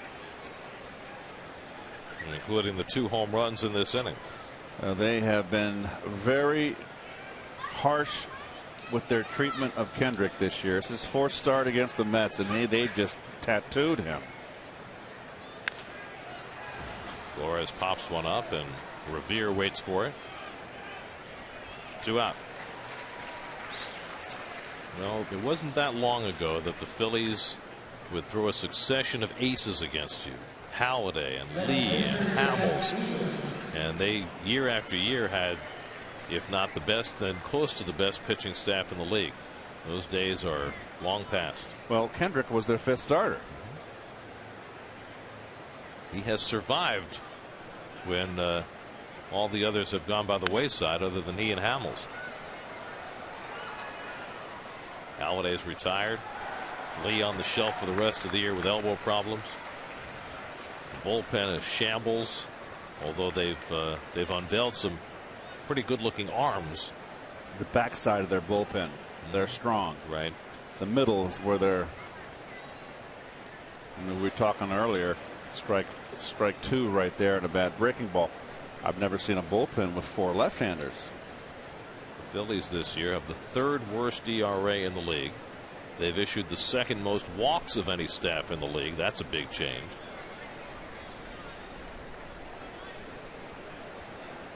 Wheeler has sacrificed and struck out today, 0 for 1. So, you know, we talk a lot about the aging Philadelphia everyday players, but the demise of the Philly pitching has been just as important over the last couple of years.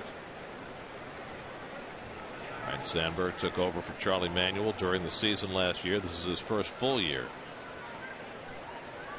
And they are sitting at the bottom in the National League East.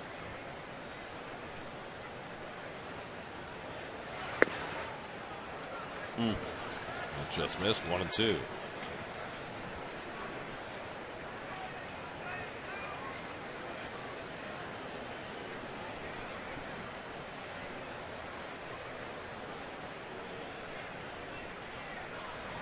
And Wheeler hits the curveball off the end of the bat to Ashe at 3rd. And he throws him out. That retires the side. But the Mets go back-to-back on consecutive pitches. Lucas Duda with his 21st home run of the year, immediately followed by Travis d'Arnaud, and his 2nd of the series, his 9th of the year. And the Mets up 6-1 halfway through in Philly.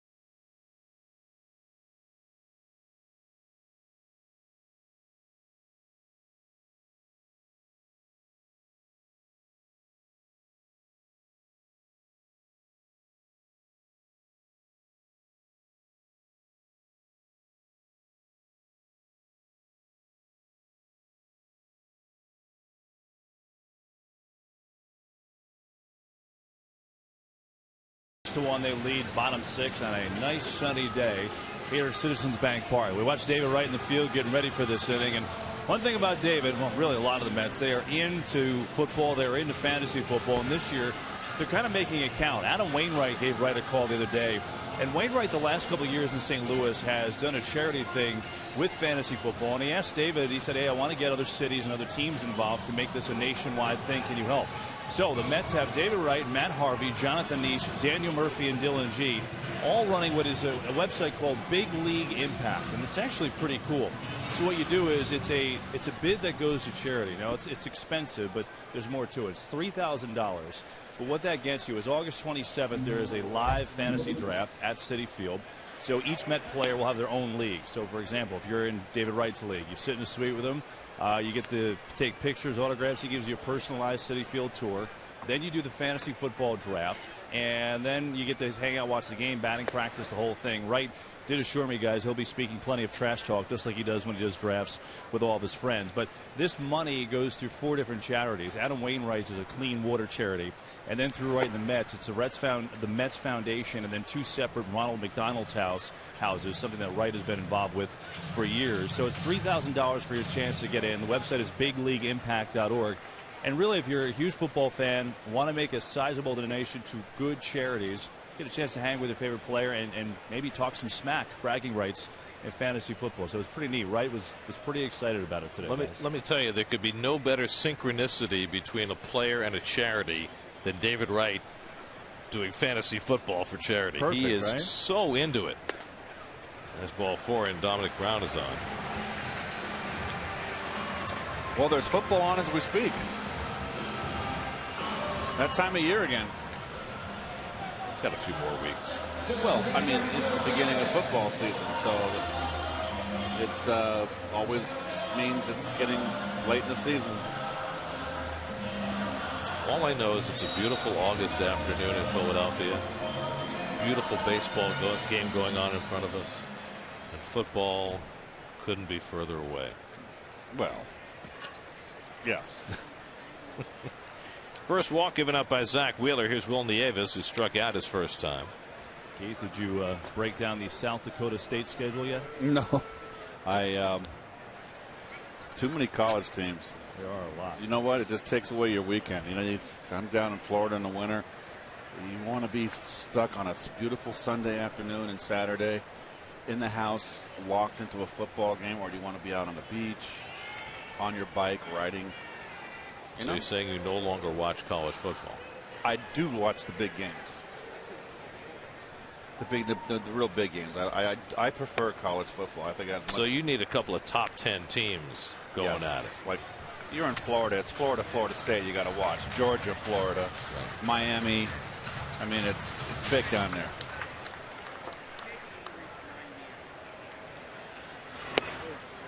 There's a strike, 2-1. Wheeler now pitching with a 5-run lead. He's allowed just 1 hit this afternoon. A Chase Utley home run in the first inning. Cody Ashley, the number 8 hitter, on deck. Phillies have their bullpen cranking with the pitcher's spot 2 batters away. And Wheeler just fires a fastball by Nieves, 2-2. Effortless motion and exploding. There's Hollins up there. First time we've seen him up in the series.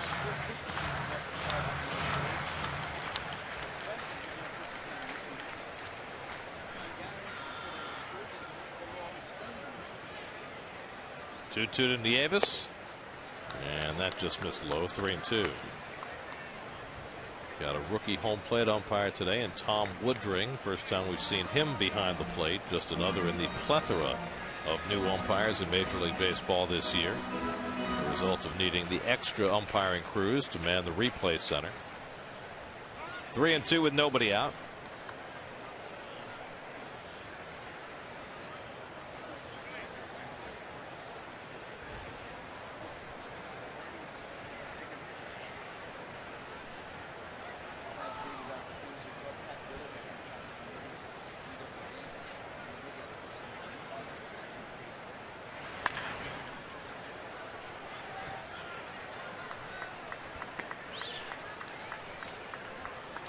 Mets' upcoming schedule is brought to you by Honda. One more game to play in this series tomorrow afternoon, a little earlier start at 1 o'clock. Then the Mets are home to play 3 with the Nats Tuesday, Wednesday, Thursday nights. And the Cubs are in for 4 starting on Friday night. The newer look Cubs. Nieves watches wide ball 4, and Wheeler's walk back-to-back hitters to start the home 5th. Well, sometimes when you got a 6-1 lead, Gary, I really question that call. You're throwing a 3-2 breaking ball. You got a 5-run lead. You got the backup catcher in there. You're throwing 96.7 miles an hour. Here, do what Bartolo Colon does. He gets a big lead. He puts the ball in play. Doesn't walk anybody. I just get away. Stop trying to trick people with a big lead. Well, especially a guy like Nieves. He's 36 years old. He has 9 home runs in his major league career. It's not like he's in danger of taking you out of the ballpark. Now Cody Ashley bats with 2 men on after back-to-back walks, and Wheeler fires one wide for ball 1. Well, this is what happened to Wheeler in that second inning in Washington in his last start. He walked 3 batters, just lost control of the strike zone, and had to really labor to get it back. Kendrick for the moment is out on deck, but it's hard to believe he's going to bat.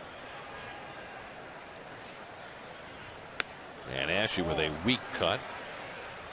1-1. I'll say. No, he didn't want to swing. Obviously, that ball's never a strike.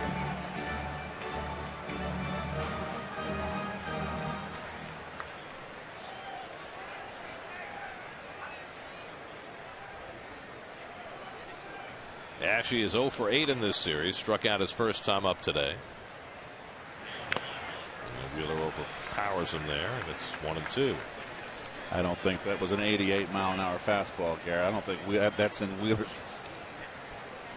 arsenal. That's his changeup. I don't think it was a changeup. I think it was a fastball. Do you really? Yes. I think that. You think the gun was off? Yeah, I think the gun just had a. Well, no, that's actually a pretty good change, I guess. Hard to tell. That's good deception. That's what it's all about. 1-2 to Ashley. There's a fastball off the corner, and it's 2-2.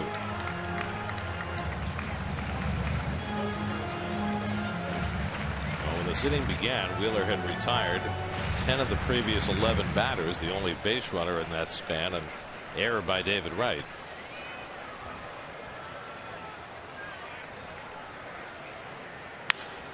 Ashley hits one out to center, and Lagares is positioned perfectly for the first out.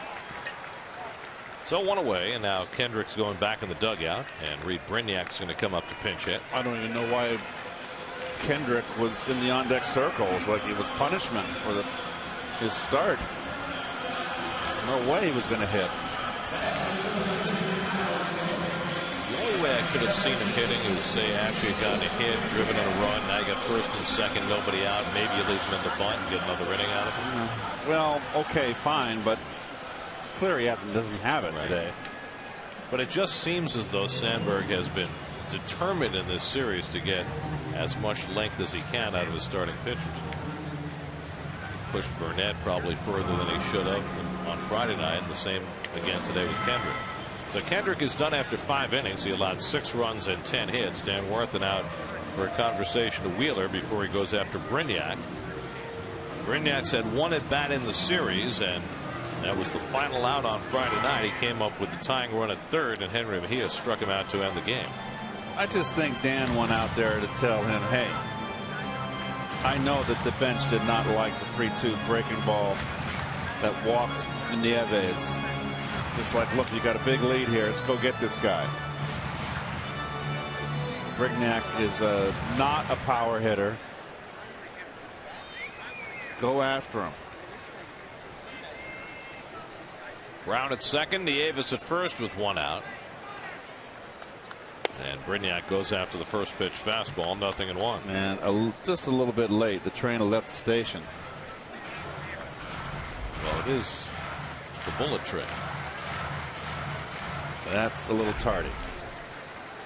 Not talking about the local. That's my train better not be tardy like that tomorrow after the game. Down the left field line, slicing, foul. Just a little half swing by Brignac and nearly buried it in the corner. 2 straight fastballs, Gary, right after him.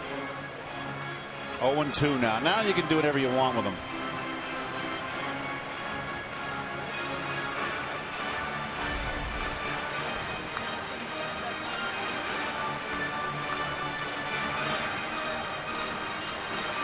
Wheeler has struck out 4 this afternoon, and they came consecutively during the 2nd and 3rd innings. Struck out just 5 in his last start against Washington. For the season, he has averaged 8.7 strikeouts per 9 innings, so his strikeouts down a little bit the last couple of starts. Ahead on Brignac, 0-2. He lets that one foul. I'm sure Zach's not aware that he's pitching for savings this weekend. Oh, that's right. I mean, with the 4 strikeouts today, that's 16 for the Mets in this series, which means 16% off tickets for the next homestand. You think if he knew he'd make like Doc and go for the strikeouts? No, I don't. He needs a double play. That would make his life very nice. Yes, indeed. Get his butt out of that sun and into the dugout.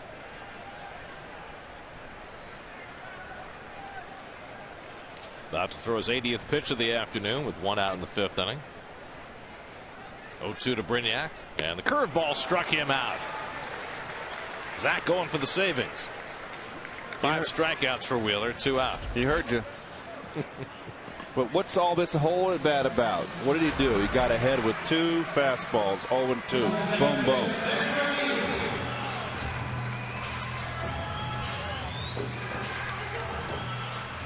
So 2 out and 2 on, and now Ben Revere, who was at 2 ground balls to third, a hard play that David Wright snagged, and an easy play that went right under David's glove.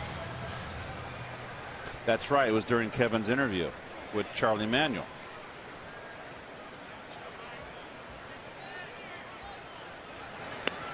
And Revere takes a curveball for a strike, and Zach, who did not have that pitch in Washington, has it today. Well, he's had it more times than not in the second half of the season. It's just a vicious curveball.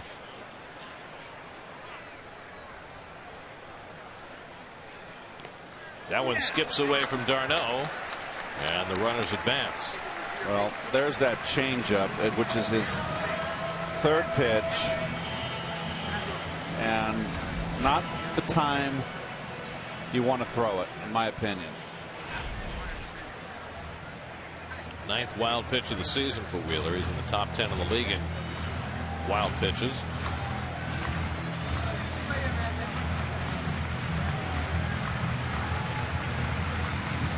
So Revere now with 2 in scoring position. Outfield very shallow in left field and central, and playing opposite field.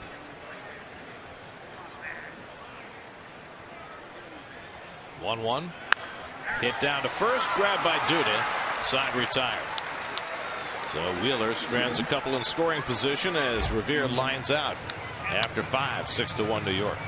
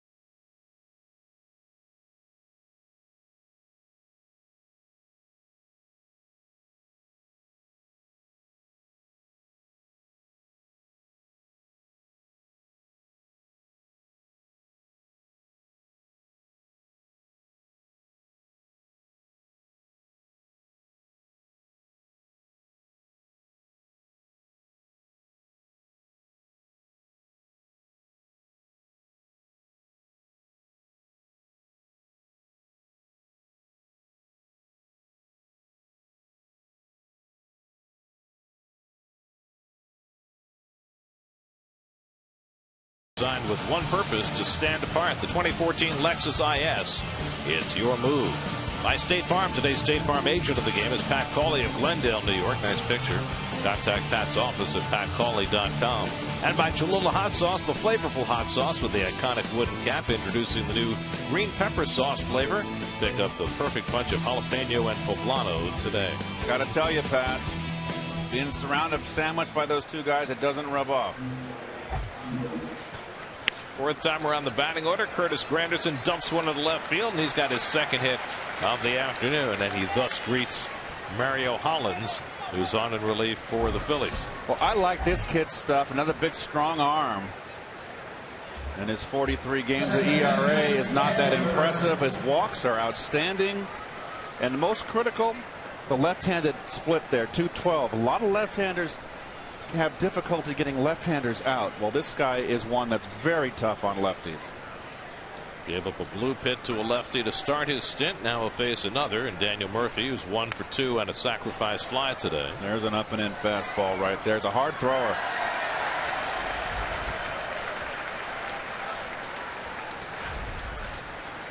Cal Kendrick went 5 innings, allowed 6 runs and 10 hits, walked 3, struck out 1, gave up 2 home runs.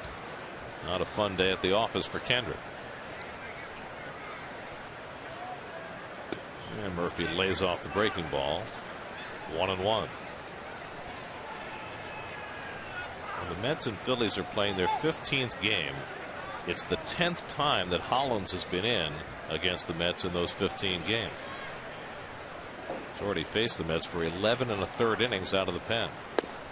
Fires a fastball in the corner, 1-2.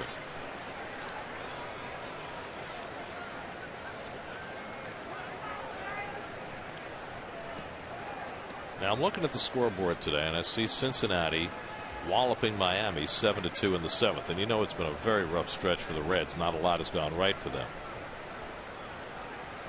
And in that game, the Reds catcher Devin Mesoraco has hit 2 home runs. And this shocked me when I looked at it. Mesoraco's got 20 home runs. He's played 79 games this year. So he's played half a season, and he has 20 home runs. And he's hitting almost 300. They've always liked him. His health has always been his concern. He's always been kind of injury prone. It's been a breakout season for him so far.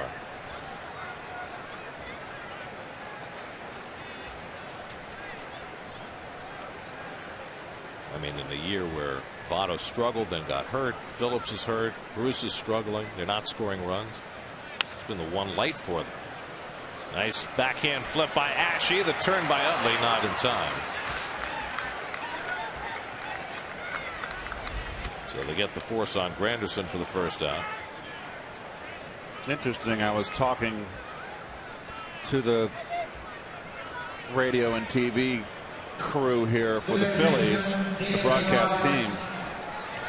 And the front office here doesn't think that Ashe can play third base. Well, he's done everything right at third base. He's made some terrific plays defensively in this series. Now David Wright, who hit a ground ball to Ashe, who started a double play in the 4th. David 2 for 3 today. He's driven in a run. He scored a run. Murphy at first and 1 out. And David taking a big cut. Fouls back the fastball. Each of his first 2 at bats, David swung at the first pitch and got base hits against Kendrick. And trying to jump Hollins in this at bat.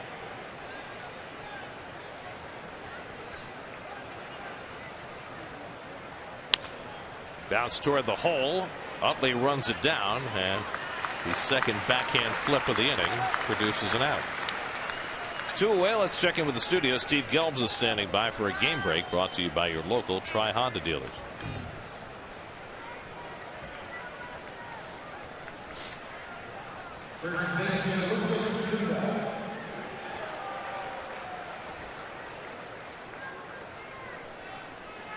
We say it, they play it.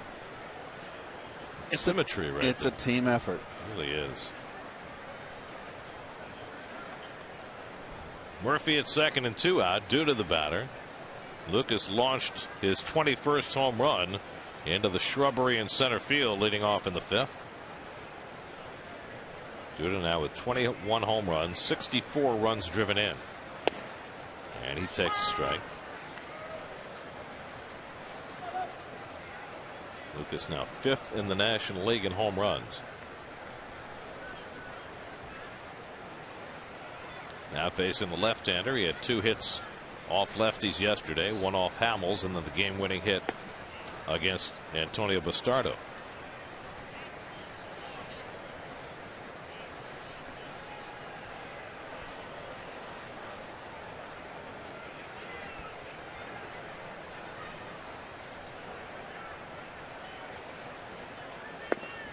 And the slider off the plate, 2-1.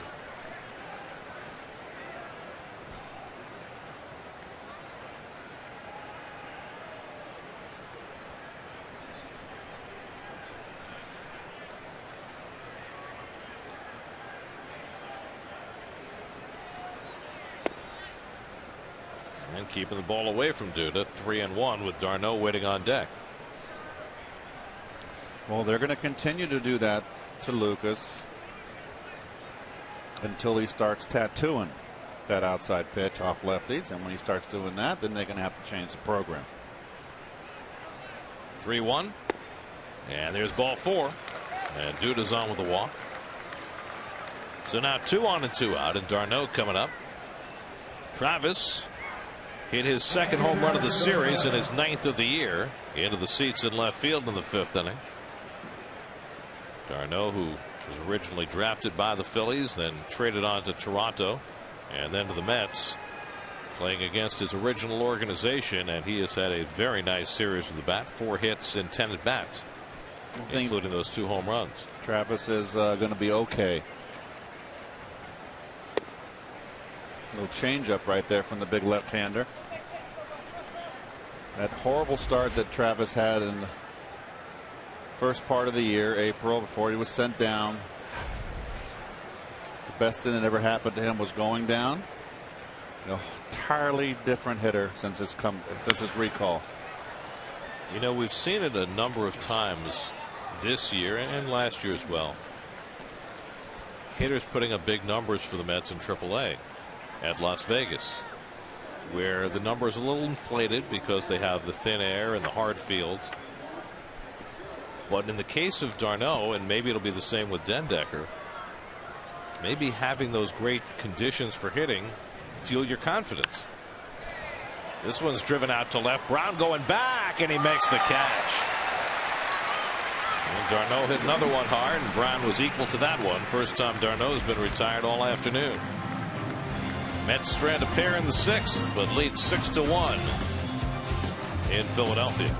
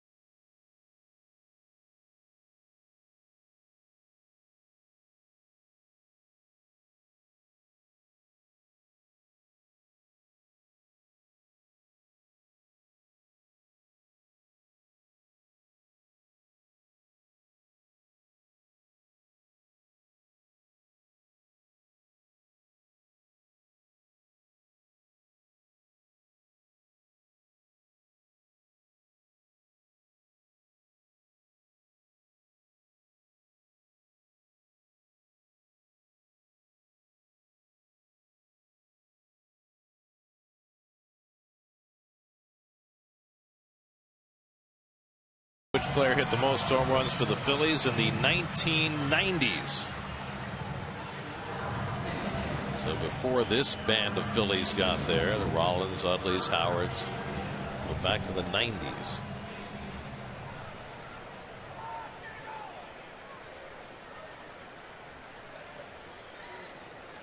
It'll be Rollins, Utley, and Howard to bat against Wheeler in the home 6th inning.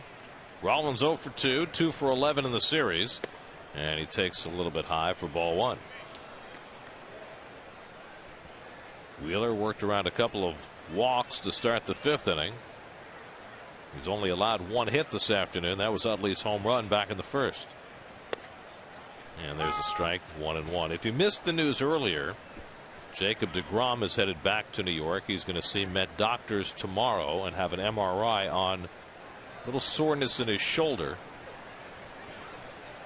deGrom last pitched on Thursday in Washington and said the shoulder didn't bother him at all during the start, but the next day when he went to play catch, he had a little bit of soreness on top of the shoulder, and he said he's not really concerned about it at all, that he could have pitched through it, but he's going to have some precautionary measures taken. Take the MRI tomorrow, see where it goes. He'll miss his start on Tuesday. Not in today's game is he gonna pitch through it. Right. Well, he said that he had some soreness last year, different spot, but that he pitched through it and he was fine, and he thinks this is similar, although in a different spot, but the Mets will take every precaution. Now, the Mets have not announced who's going to take the start for deGrom on Tuesday. If they think it's just going to be a one-start deal, they might well just pull Carlos Torres out of the bullpen and give him a spot start. But if it's going to be a disabled list issue where he'll miss 2 or more starts, then the Mets will reach down and bring up either Rafael Montero or Noah Syndergaard. Now, Syndergaard pitched Thursday, so Tuesday would be his day. Montero pitched Tuesday and is scheduled to pitch tomorrow, but they might well hold him out and see what happens.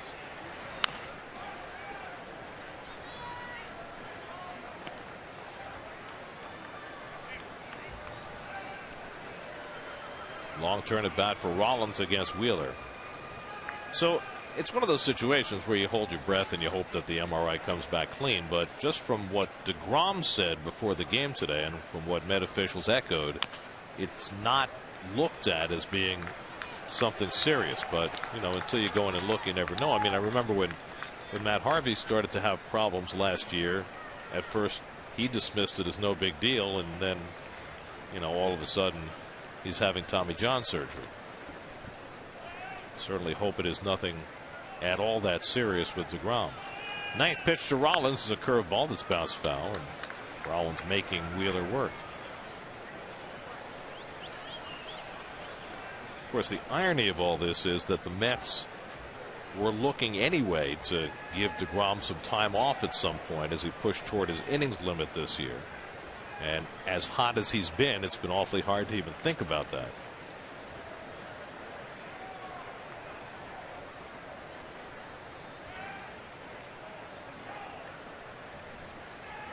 So this might provide him with at least a natural break in the season.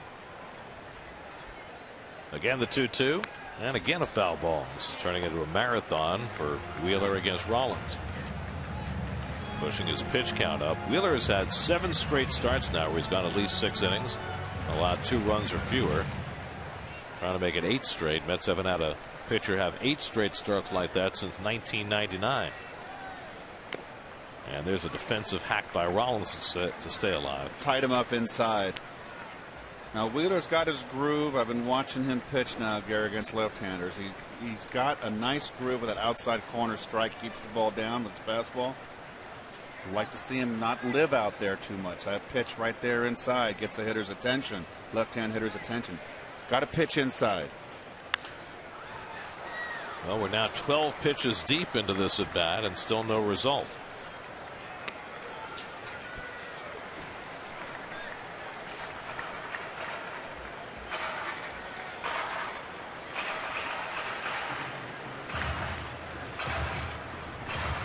Wheeler has walked 2, struck out 5, allowed just the 1 hit.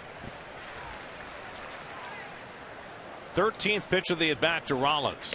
And there's ball 3. Well, Rollins taking him to the limit. Nice at bat by Rollins, but you got a 5-run lead. Don't monkey around. Just throw a fastball here, but then put it in play. I remember the last inning, he threw a 3-2 slider to Will Nieves and walked him. 3-2 coming to Rollins, and he pops it up. Murphy looking through the sunglasses. 14 pitch at bat, and Wheeler wins that one from Rollins. Well, we talked about Jacob deGrom and the business with his shoulder. Let's hear from Jacob himself before the game today. I felt fine. I actually felt like I got stronger at the end of the game, and then just playing catch these past couple days, I felt a little something in there. I mean, I could probably go out there and pitch with it right now, but I think just talking to them at this time of the year, and it's not really worth pushing it. And if I can skip one and be 100% and let it calm down, then I think that was what they kind of talked about. Precious commodities here. Well, and I think every organization is so abundantly cautious with their young pitchers, and particularly when you get a guy like deGrom, who has been such a gem, and I don't want to say unexpectedly, but certainly he's outperformed everybody's expectations so far. And as Wheeler did get the call on that curveball, and it's 1-1.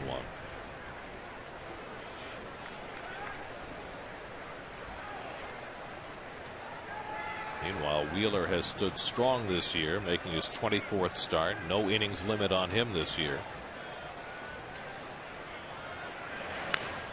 Good cut. But you know what? Let it loose. Throwing pitch number 100, and he just let it loose. It's a good live fastball. No walks. 5-run lead late like this. He's had a couple of long innings to contend with. He's at 100 pitches for the afternoon. No hint of action in the Mets bullpen. Trying to get Wheeler through 6.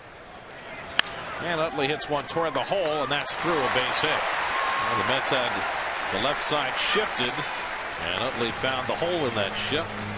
Just the second hit of the day for the Phillies, and Utley has them both.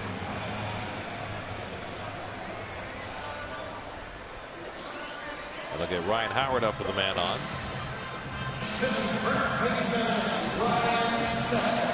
Howard is grounded to first and line to right, 0 for 2.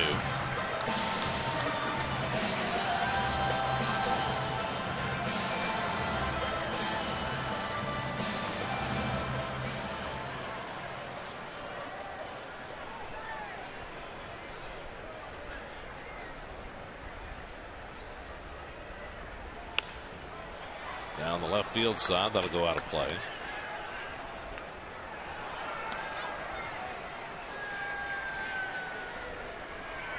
Guy wearing a Mike Schmidt jersey. Mike's in the building today, along with innumerable Phillies alumni.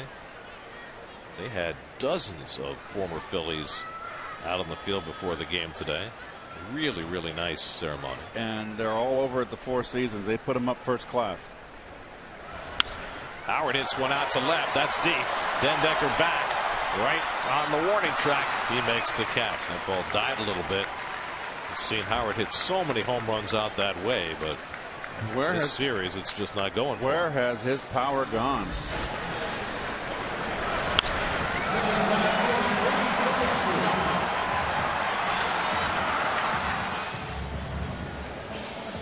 Dendecker making his second career appearance in left field in the major leagues. A little bit of an adjustment for him. But the Mets have the potential for just a scintillating outfield defense with Lagares and Dendecker playing together. Here's Grady Sizemore, and he takes ball 1. They're very different stylistically, Lagares and Dendecker. Lagares so much smoother and Dendecker a little choppier. But they both get it done. Wonderful skill.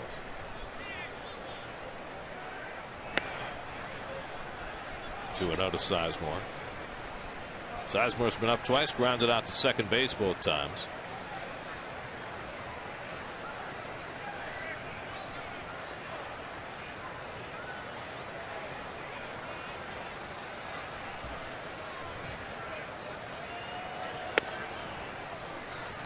Wheeler behind him 3-0.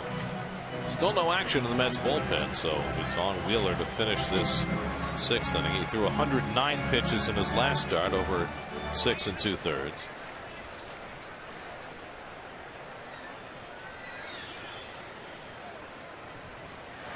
And there's ball 4. So there's the 3rd walk given up by Wheeler. And now 2 men on for Dominic Brown. But Carlisle will start to work in the Mets bullpen. Dan Warrington will visit the mound. Interesting looking at the workload for Wheeler recently during this hot stretch. Over these 7 starts where he's 4-0, 1.59, he's thrown at least 106 pitches in each one of them, but not more than 114. So he's right in that same pocket right now. If he can get the next hit around, get through the inning. Let's answer our Verizon trivia question. Most home runs for the Phillies in the 90s. Darren Dalton. Nice call. Very nicely done. Thank you. Dalton part of that rollicking National League championship team for the Phillies in 1993. Boy, the personalities they had in that clubhouse. Yes. Dykstra, John Kruk, Mitch Williams. Yeah, they were all. Schiller. Yep.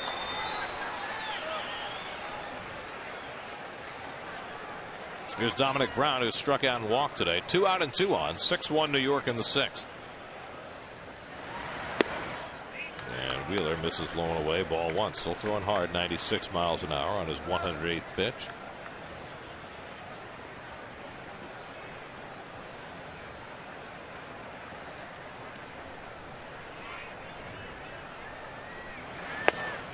There's a strike. Boy, that's a little pop in that glove.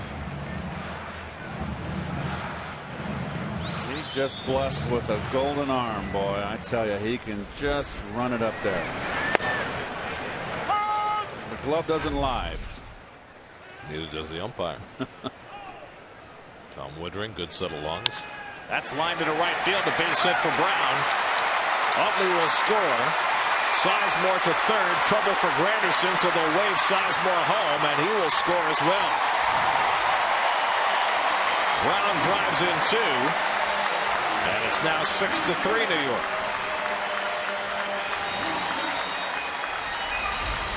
Down and in fastball. And give not a bad pitch. Give Brown credit. He ripped that ball. Meant to be away.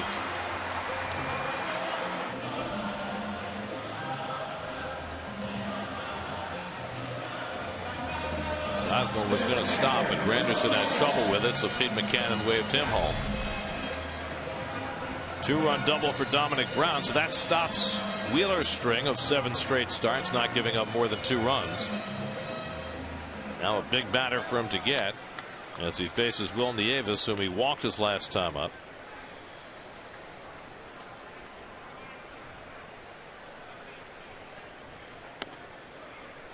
And he misses with the first pitch slider.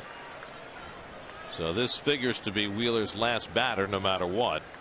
Cody Ashe is on deck. Josh Edgin is up alongside Carlisle. So if he doesn't get Nieves out, we'll probably see Edgin to face Ashe.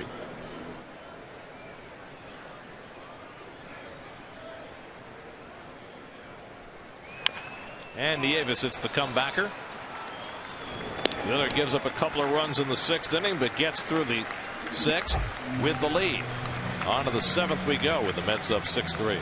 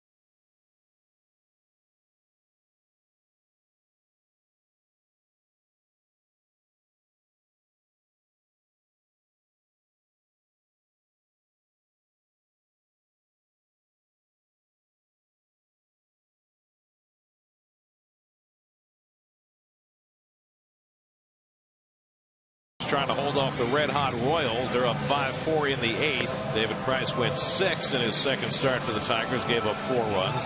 The Padres looking to win their 14th straight in Pittsburgh.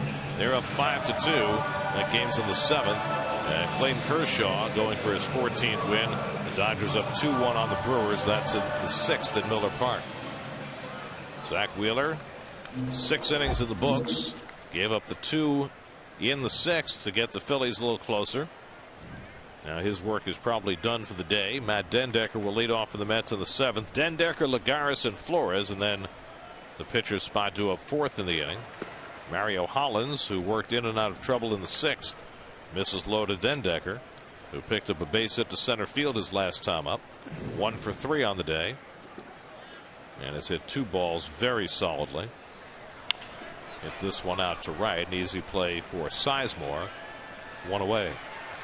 Speaking of Grady Sizemore, let's check in with Kevin Burkhardt. Kevin? Well, we've certainly chronicled his return back to the big leagues, Gary. I mean, you want to talk about resilient. The guy basically missed 2.5 years of baseball after being a 3-time All-Star and a 2-time Gold Glove player. Back surgery, microfracture on both knees, not just any surgery. And he still sounds, when you talk to him, like a guy who's still just trying to feel it out. I'll tell you one thing, he certainly appreciates being back. He said, you know what, I guess somewhat into it. I just started to realize there was a lot of it that was out of my control. And in the middle of it, my goal was simply to come back and play in a game. But the problem was it just never seemed like it was around the corner. And so you just have to stay positive as much as you can. He said, for me, even now, even though I've been in the bigs most of the year, you know, I feel like I'm still kind of in rehab mode, kind of feeling it out. And I just want to get through this season in one piece. If he can do that and feel good, it'd be interesting to see what he can do these next couple of years. And if he can get back somewhat of that old great form he had with Cleveland. Well, he's only 32 years old. He's had so many different injuries to work through. Didn't perform well in Boston, got released, but he's been much better as a Philly. 2-2 to Lagares. But he was such a dynamic player for a stretch there. 2006 through 2008, hit 85 home runs in those 3 seasons. Stole bases, won Gold Gloves. Poof, it disappeared.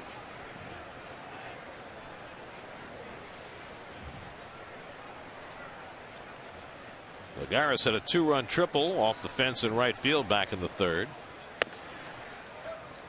And Hollins goes to a full count. Lagares has already drawn a walk today, only his 13th of the season, closing in on 300 at bats.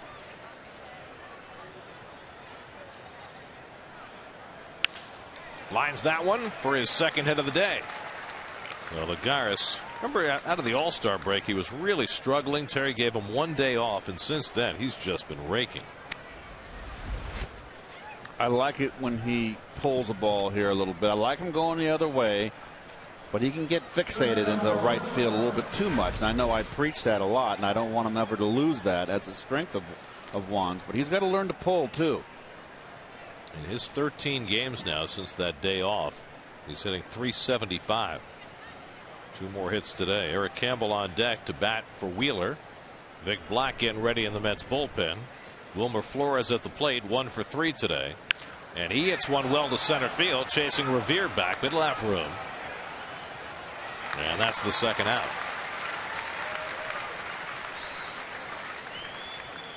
Revere's already made 1 spectacular play today, robbing Dendecker of an extra base hit back in the 3rd. Yeah, but 2 men on. So now Eric Campbell will get the pinch hitting assignment. Campbell started in left field last night against the left-hander, went 1 for 4 with a walk.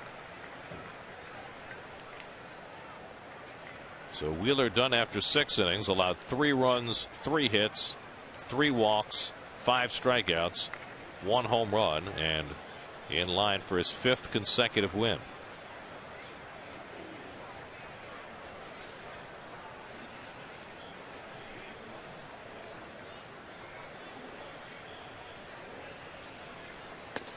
Now as the Mets go to their bullpen for the bottom of the 7th, remember last night Henry Mejia was not available and J. Arias Familia closed. Today Familia is probably not available, and the same for Dana Evelyn, who was last night's winning pitcher. There's a strike to Campbell. Well, that's the value of having a deep bullpen. You don't have to overwork particularly if you get on a winning streak and get in a streak where you're winning games, you're not burying your bullpen, your back end of your bullpen in particular. You've got multiple guys you can go to. Well, if you go to Black to start the 7th, and you can get him through the inning, then you could use Edgin in the 8th because you'd have all the lefties coming up. Yep. And that would set it up for Mejia. Phillies have 8, 9, and 1 in the order coming up in the 7th.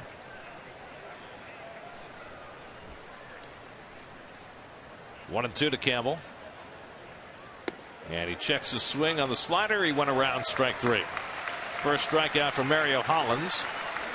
That gets us to the 7th inning stretch in Philadelphia with the Mets ahead 6-3.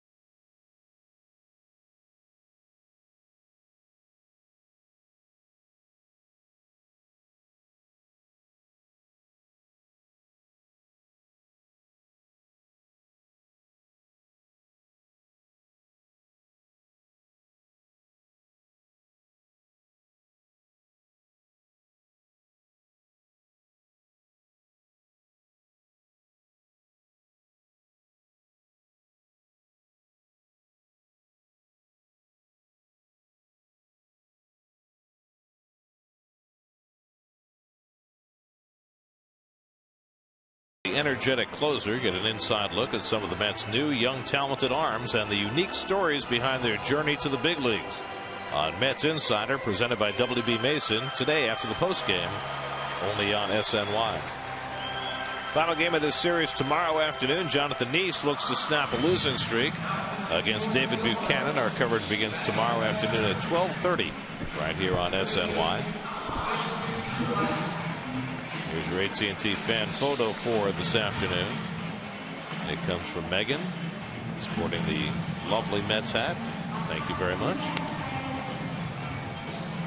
Nice eyes. Big eyes. Vic Black will be on to pitch for the Mets in the bottom of the 7th. Well, I've been very impressed with Vic of late. What I've seen from Vic right now, and the numbers are truthful. I like the fact, Gary, that he's been throwing his fastball predominantly. He's got a very good one. He's got a great curveball, but he was always reluctant to throw his fastball, throwing a lot of breaking balls, and I think that added to why he was walking a lot of people. He's getting ahead with that fastball, and then the hitters are really at a disadvantage with because he can throw that hard fastball as well as that off the table electric hook. So I think he's made great strides. Vic worked a 1-2-3 ninth inning in last night's game. Got helped out by a great play by Daniel Murphy to rob Dominic Brown of a base hit. Here he'll face Cody Ashe leading off. Darren Ruff is out on deck to pinch hit, and then Ben Revere in the bottom of the 7th. Mets have been ahead most of the afternoon. They got a run in the first, a run in the second, and 2 in the 3rd. They added back-to-back home runs by Duda and Darno in the 5th against Kyle Kendrick to go up 6-1. Dominic Brown's 2-run double against Zach Wheeler got the Phillies closer. Wheeler went 6, allowed 3 runs, 3 hits, 3 walks, 5 strikeouts, a wild pitch and a home run. Wheeler threw 113 pitches, and now he can sit and wait to see if he'll get his 8th win of the year as the Mets bullpen goes to work.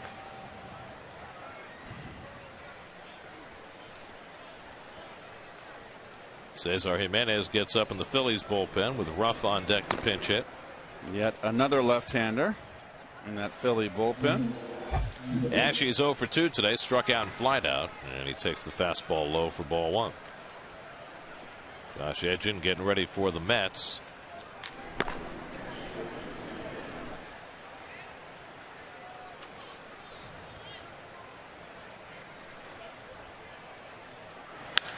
Hit sharply. Duda with a nice backhand pick. And Black covers for the first out. Nice play, Lucas. Nice backhand.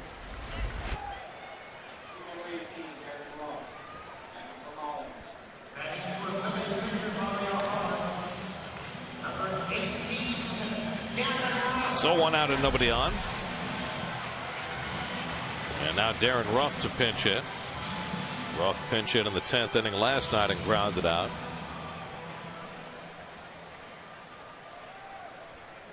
Big slugger has not had a whole lot of playing time. Grady size. Ryan Sandberg got him in the lineup for a few days a couple of weeks ago as he flies one out to Dendecker right off the end of the bat for the second out. But since Howard has come back and played better, Ruff has been sitting on the bench and just getting the odd pinch hitting assignment here and there. Well, when you're hitting 130, you're not going to get in. So Black has quickly retired 2 on just 3 pitches.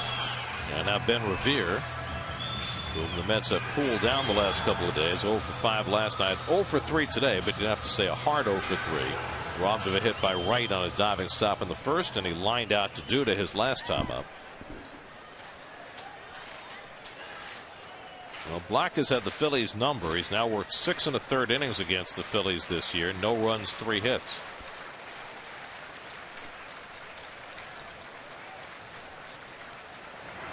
And Revere takes a strike.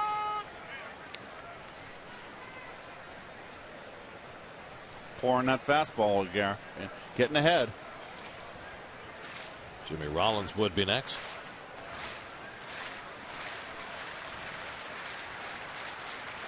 Whoa. That one sailed.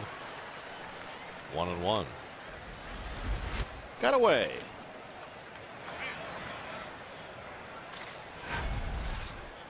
Well, the Mets started this road trip losing 2 of 3 in Washington. Disappointing after winning the first game of that series, but they responded by taking the first 2 here, and they can clinch a winning trip with a victory today. Flores to his left, gets a nice hop. At the throw off the bag, and Revere beats it out.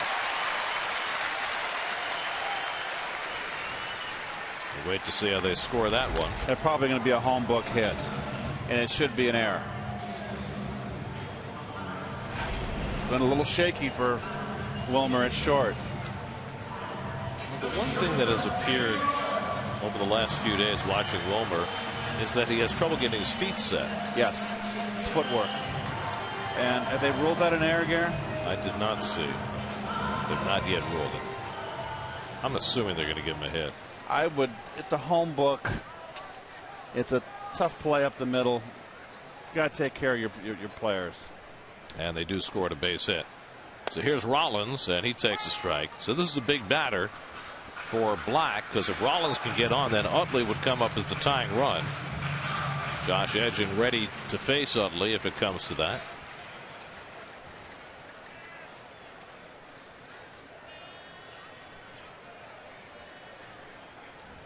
Rollins 0 for 3 today. And Jimmy fouls one off, and it's quickly 0-2. Last time up, Rollins had a 14-pitch extravaganza against Wheeler before popping up for the first out in the 6th, but that probably led to Wheeler tiring a bit in that inning and giving up a couple of runs. Round of finishing the 6th inning. 1-2 to Rollins.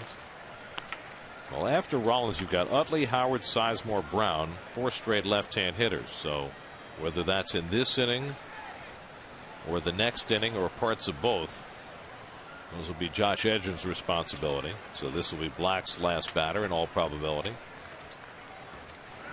And Rollins takes one the other way. He's got a base hit.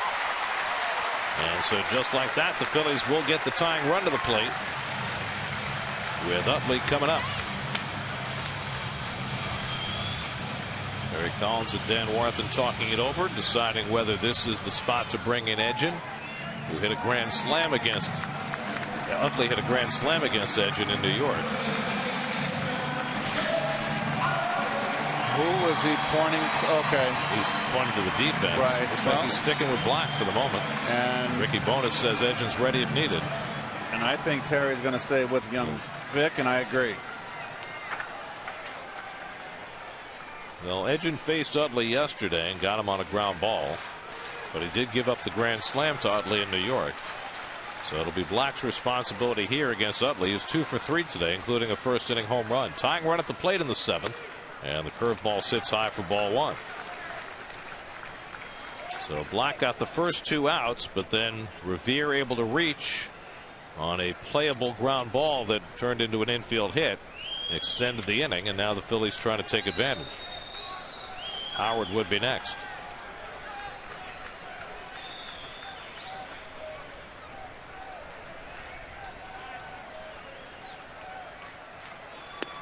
And now Black behind on Utley, 2-0. Now Utley against Black 0 for 2. Yeah, not much. You can't draw any conclusions. A couple of home runs against Edgin. You can for that, and that's probably why Edgins is not in, because that's the one thing you don't want. You want the ball to stay in the yard.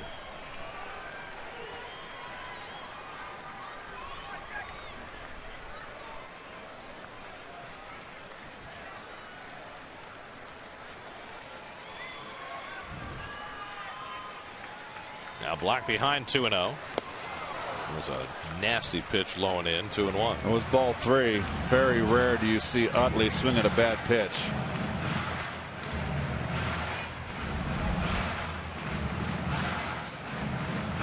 It's a tough ball for Darno to handle. I don't expect that ball in that location with a fastball.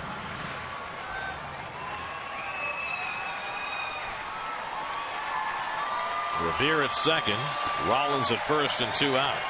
6-3 New York, 7th inning.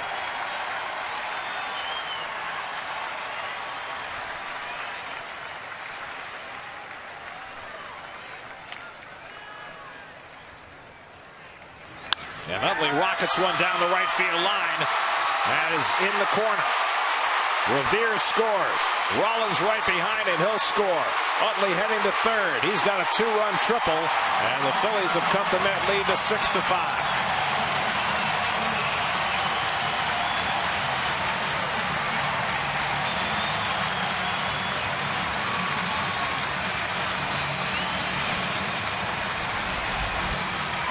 Good hitting, down and in fastball. Look how short. Hardly any follow through. That hockey swing we're so used to seeing off Utley. Very short. Oh, Revere can just keep it in second gear. But Rollins has got a scoot. And Rollins, in his mid-30s, can still scoot.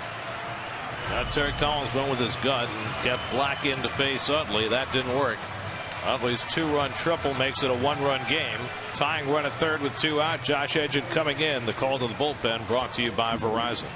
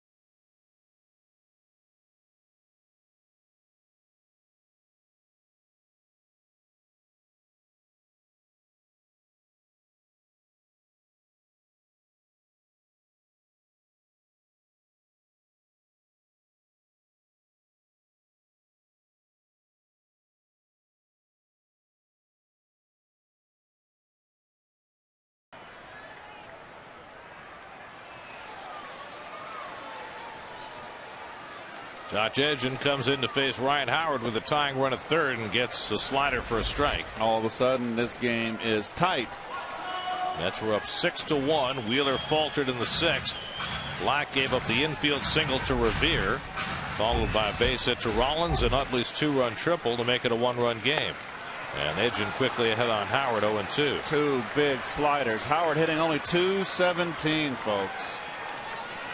But 71 RBI, still third in the National League, and he's got Utley standing at third with 2 out. Howard 0 for 3 today, 1 for 11 in the series. 0-2 from Edgin, and that just missed. Edgin was walking off. He thought he had strike 3. Tom Woodring, the rookie umpire, said no. He's had a tough day back there. Been very inconsistent.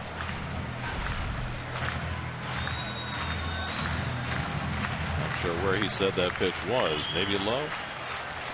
I think he blew it and he knew it.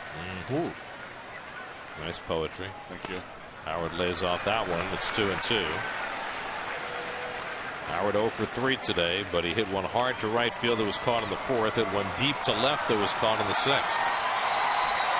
Mets have seen a 6-1 lead dissipate in a hurry. Now clinging to a 1-run lead. Utley dashing down the line. 2-2. Off the corner, 3-2. You get ahead 0-2, Gary, and you don't throw one pitch inside. You know, one pitch to move him off, let him know, and then you can go to the breaking ball if you want.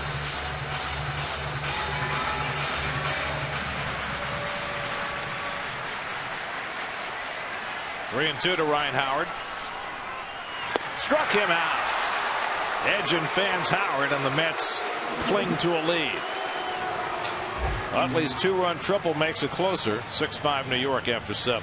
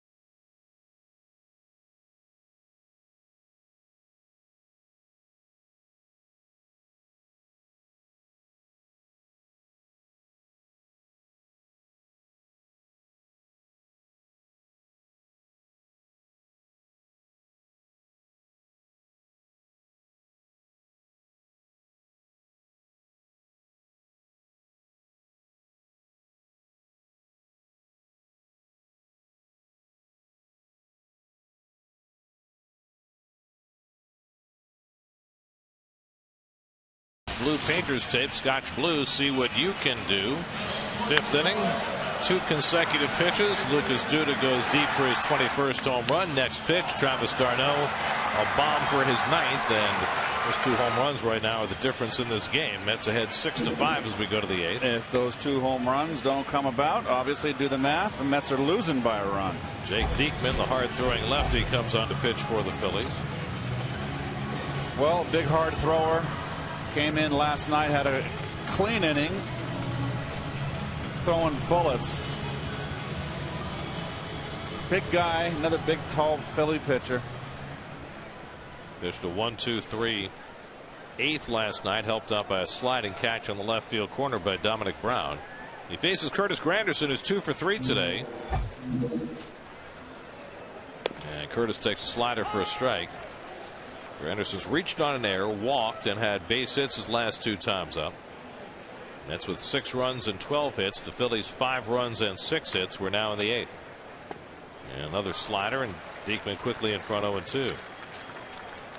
Mario Hollins tiptoed around some trouble in his 2 innings of work, but held the Mets scoreless.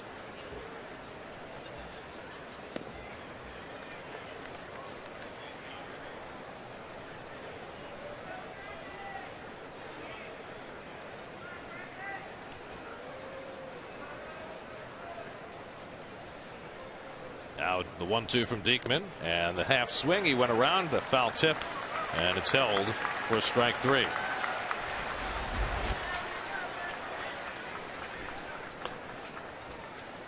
I don't know about that, but they come automatic.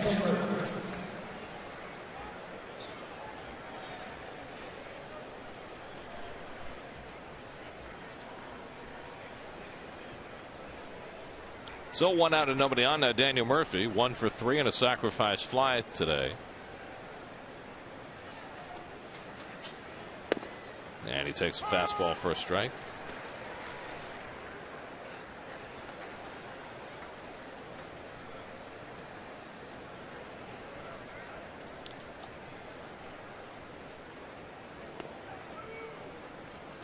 One and 1 to Murphy with David Wright on deck. That's led this game 6-1, but the Phillies with 2 runs in each of the last 2 innings to make it a 1-run game. And Murphy taps one toward the left field line. Over comes Brown, and he's got it 2 down. So 2 out and nobody on. Look who we found wandering around the ballpark. Stopped in for a chat. Well, you know, I was going to do a report on Josh Edgin, but I got caught in between. I came up to sneak a drink, and then all of a sudden I'm up here and I can't get down the field in time. So hi, how are you? Are you allowed to use that Philly issue cup on our broadcast? I interviewed Charlie Manuel. I mean, what's the difference, right? It's that kind of a theme tonight. It's the feel, yeah. These are what they issue. I was going to talk about Josh Edgin, though, guys. I was talking with him today, just about. I mean, look, he's a different guy, right? And you know, considering this spring training, he was the first cut sent out, and he said, you know, of course it's tough. He said they tell you that A, your velocity down, which I knew, and B, that you're out of shape. And he said that's a tough one to hear, to be honest. And he said, you know, I think about my career that.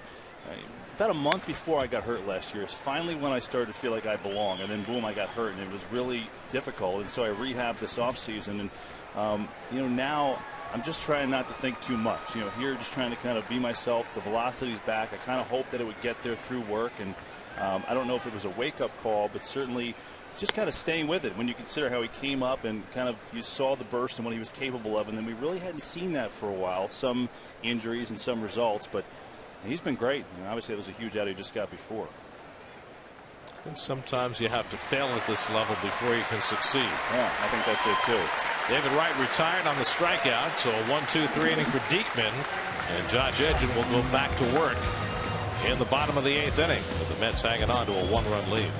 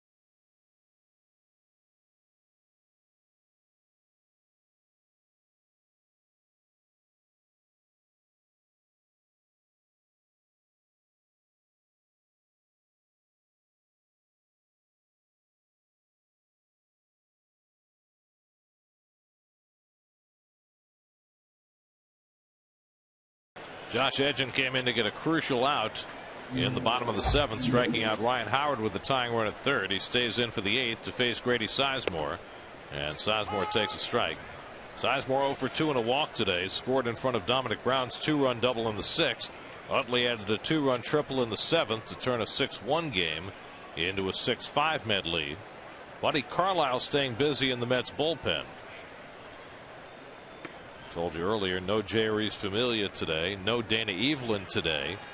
So the Mets trying to patch together the 8th inning without Familia.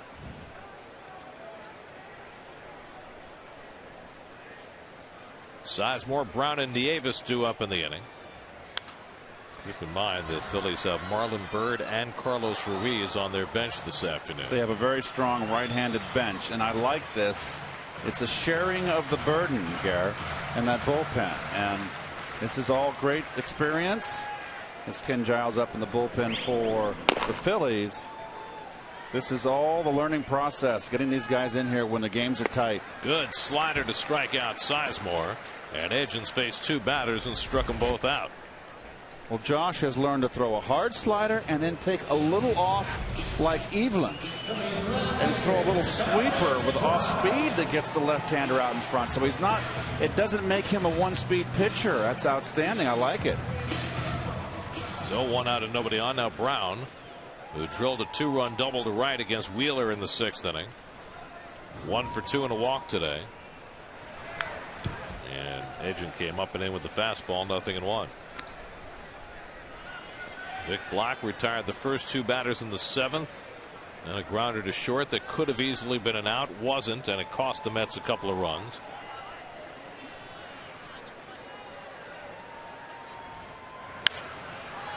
And Edgin quickly ahead on Brown, 0-2.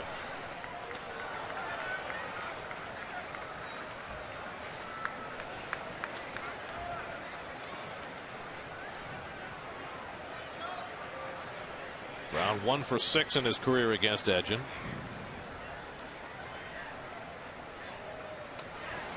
One for 7. 3 consecutive strikeouts for Josh Edgin. He's looking awfully tough. 2 out and nobody out. Let's check in with Steve Gelbs in the studio for a game break brought to you by the New York State Smokers Quit Line.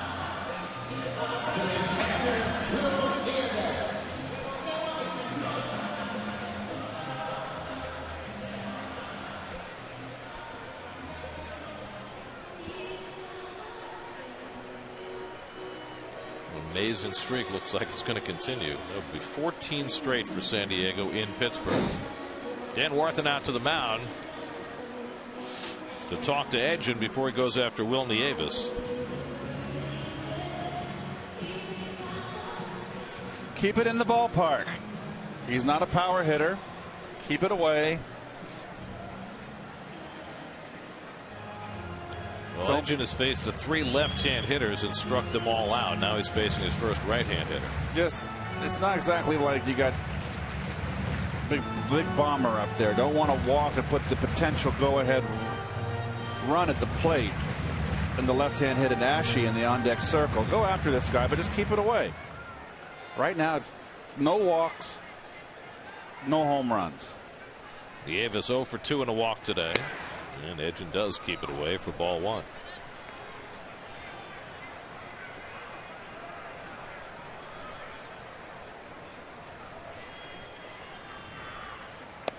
Nice. Off speed.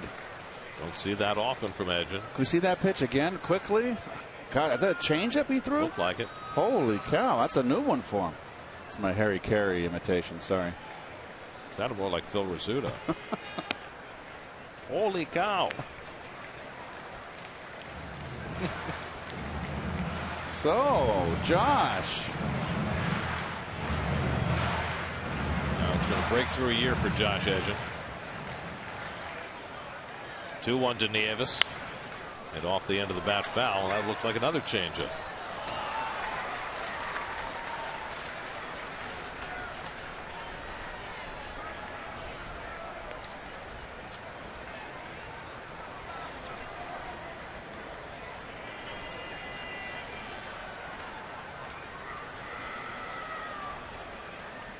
Struck him out. Josh Edgin faces 4, strikes out 4. What an effort. That'll send it to the ninth. 6-5 New York. Yes.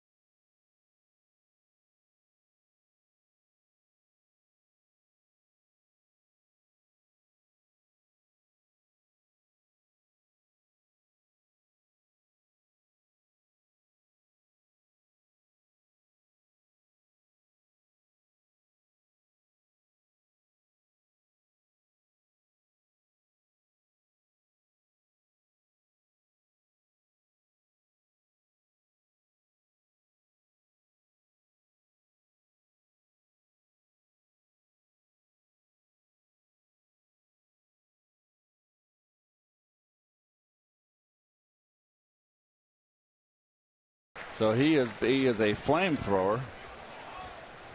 This is his second appearance in the series. Giles pitched a 1-2-3 inning with a couple of strikeouts in the 10th last night. Lucas Duda hit his 21st home run back in the 5th inning, then drew a walk, 1 for 3 on the day. He's got a nice little breaking ball too, a good command. Duda, d'Arnaud, and Dendecker, the killer D's, looking to add some insurance for the Mets in the 9th. Mets have won 1-run decisions in each of the first 2 games of this series in different fashion. They almost let a 5-1 lead get away in the first game of the series and won 5-4. Last night they won in the 11th 2-1, and they've let a 6-1 lead dissipate to 6-5 today. We'll tapper up the line and it'll go foul. Henry Mejia is on call in the Mets bullpen. Although the way Edgin ran his way through the 7th and 8th, you might be tempted to have him face the lefty to start the 9th. But Mejia's job is to come in with a clean inning in the 9th, and looks like he's getting ready for that. Henry pitched back-to-back days with a sore calf and struggled to get the save in the opening game of the series on Friday night. Josh Edgin never better than he's looked this afternoon.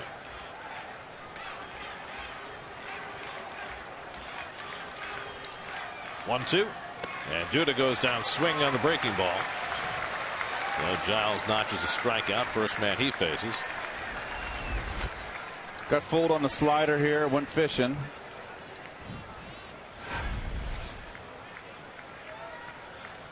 One out and nobody on. Now Travis d'Arnaud, 2 for 3 today, including his 9th home run of the year back in the 5th.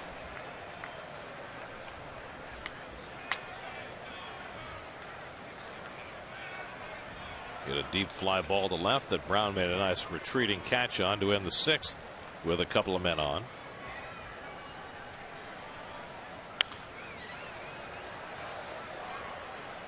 That's a stranded 9 today. Matt Dendecker on his 27th birthday waiting on deck. Mets 6 runs, 12 hits. The Phillies 5 runs and 6 hits.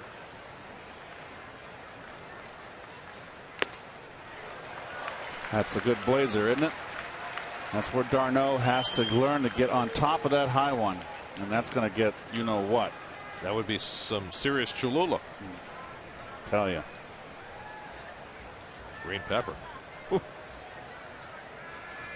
0-2. d'Arnaud hits one out to right field, chasing Sizemore back onto the track to get it. 2 out.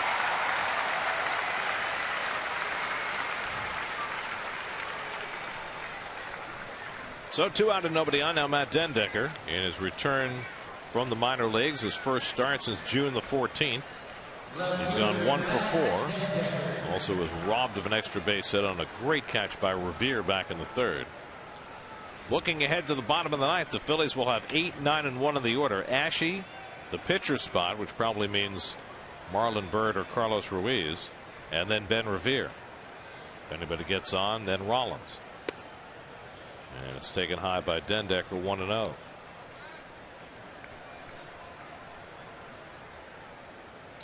Marlins usually ready. He's got the batting gloves on. Likes to hit with the sunglasses in the day games. Good strike outside corner.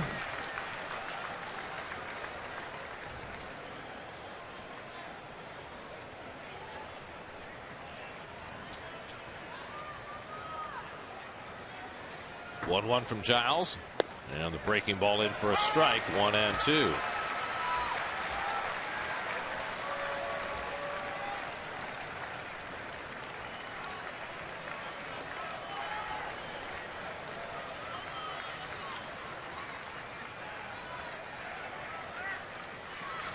Dendecker cranks one into right field for his 2nd hit of the day. Well, you can see why he was leading the Pacific Coast League in hitting. He's locked in right now. Well, I've always liked his swing. This is a breaking ball pitch. It's not that good a breaking ball, but nonetheless, what I've seen of Dendecker is he had difficulty with the breaking ball. So he's hit the ball hard 3 times today. So the Mets have their 13th hit. Juan Lagares has 2 of them, a single and a 2-run triple. That came in the 3rd. He hit it off the right field fence. Miss a 3-run homer by much. And he takes a slider for a strike.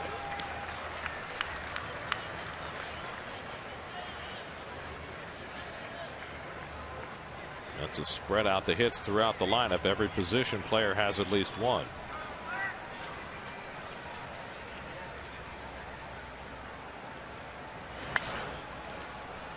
Giles gets ahead on Lagares, 0-2. Well, the Tigers blew another 9th inning lead today. Toronto tied it up in the bottom of the 9th. They're 5-5 going to extra innings. Same thing happened yesterday. If Detroit loses that game, they might be a half game in front at the end of the day. Kansas City's beating the Giants again, 7-3 in the 7th. 0-2. Late swing foul.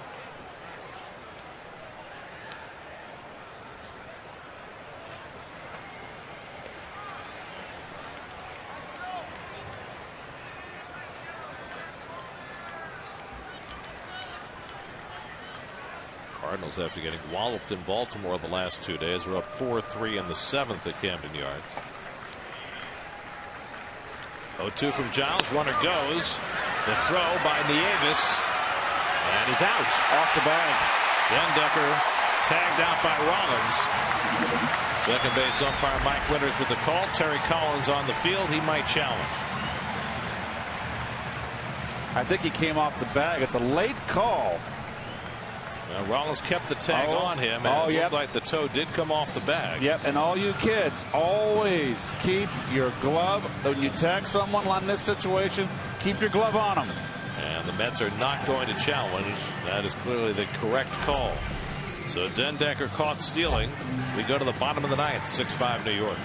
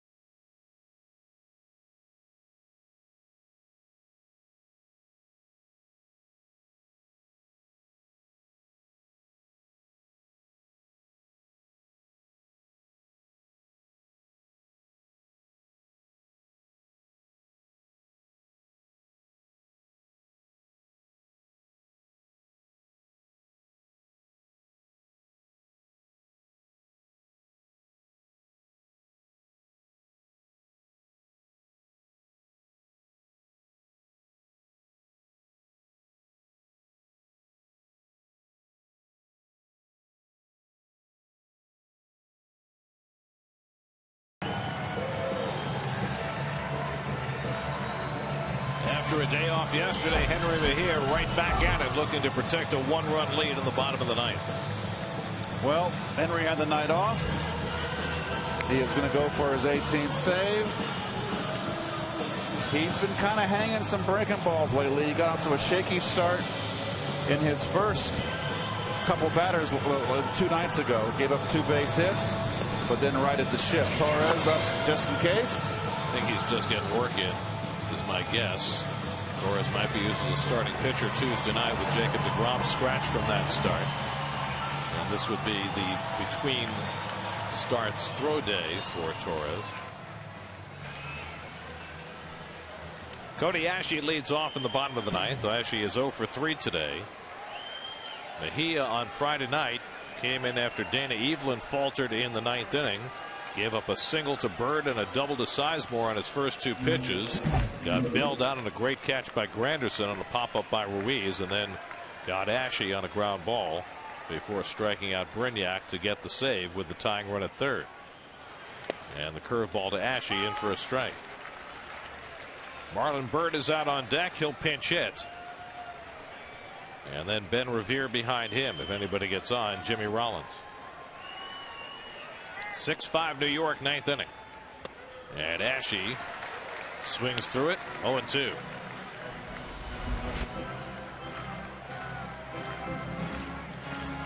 Just a fastball down and away.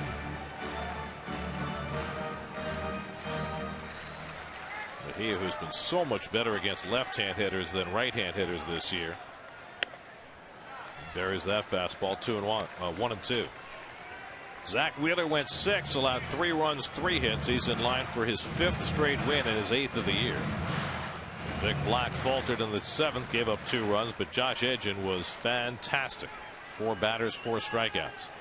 Ashe just got a piece to stay in. And he has been battling the sore calf. He pitched on Thursday with it in the extra inning game in Washington and was not able to go a 2nd inning because of it. The doctor saw him yesterday, said it's not a big deal, just a cramp, not a strain or anything bad. Something he can pitch through. And the curveball pulled over the bag. That's a fair ball off the jutting stands. Ashe will go to 2nd with a leadoff double. Just like that, the Phillies at the time were in scoring position and nobody out. Well, pretty good at bat by Ashe, and Terry's going to come out. And he's always going to turn his back to right field and look into the dugout. This was in front of the umpire, was it not? If it was a fair foul call in front of the umpire, it's not reviewable. Right. So it's just a matter of arguing the call with Mark Wegner. Tough to tell right there. Yeah, it's definitely in front of him, so it's not a reviewable call. So, Gary, this is my stickler right here. It's another angle.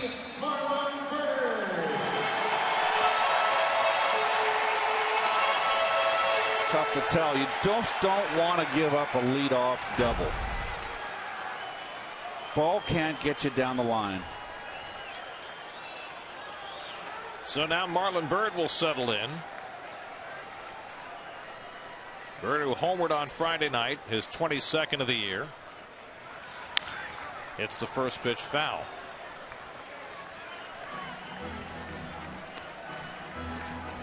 Marlon started the first 2 games of the series. You see his numbers there against Mejia. They've been awfully good. Had a base hit against him Friday night. Marlon had 3 hits in that Friday game, then 0 for 4 yesterday. Ben Revere waiting on deck.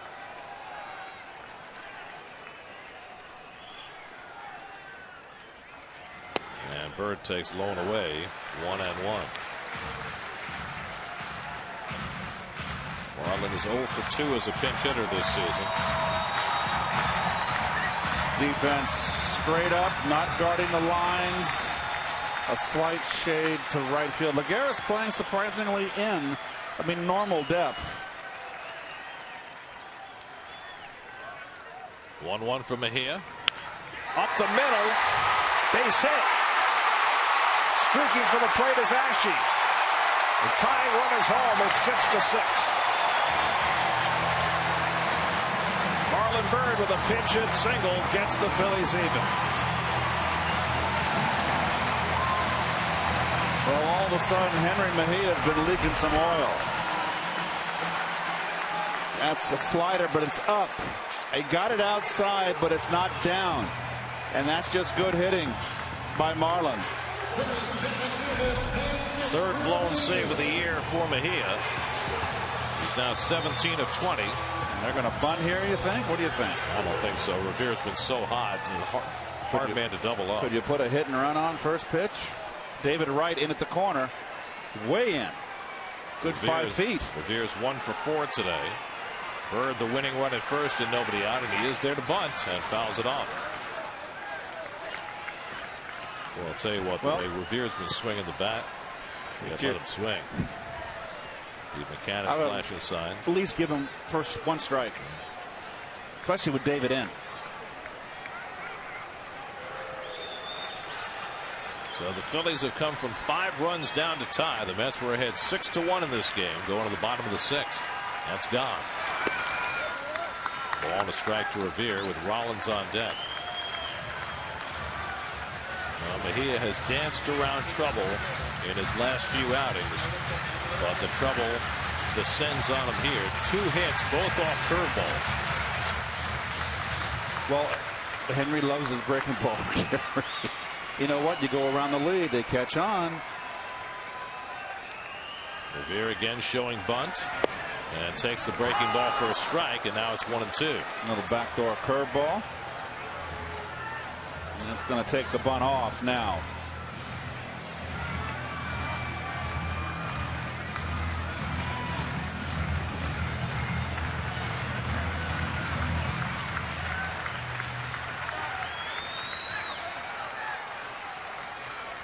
Byrd at first and nobody out. 1-2 to Revere. Got him. Mejia strikes out Revere, the toughest man in the league to fan. That's the first out of the inning. Straight fastball. Oh, little cutter down. Good pitch. Down tilt. So 1 out and 1 on. Now Jimmy Rollins. Rollins 1 for 4 on the day and a base hit against Vic Black to left field his last time up. Rollins has had some very, very good at bats this game. Only 1 for 4 to show for it. With that 14 pitch at bat against Wheeler in the 6th inning before he popped up. A natural cut on Mejia's fastball is something. Well, it's just not a strike. Rollins 0 for 5 in his career against Mejia. Byrd at first and 1 out, and Rollins smacks one to right, but Granderson is there, and that's the 2nd out. Well, Rollins hit that ball well, but now there are 2 out in the inning. And here comes Chase Utley, who has a single, a triple, and a home run today. He's driven in 3 of the Phillies' 6 runs, a double shy of the cycle.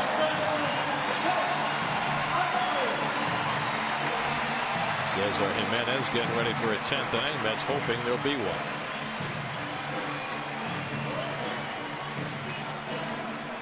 Outfield, I'm sorry, Gary. Outfield defense of note, giving the right field line. Okay, they're moving Granderson now. I was going to say that was way too much over, giving way too much line down there. Utley taking a look out at Granderson as he moves. Utley 2 for 5 in his career against Mejia. Phillies have tied it here in the 9th. A leadoff double for Ashe, and then Byrd singling up the middle to drive him home.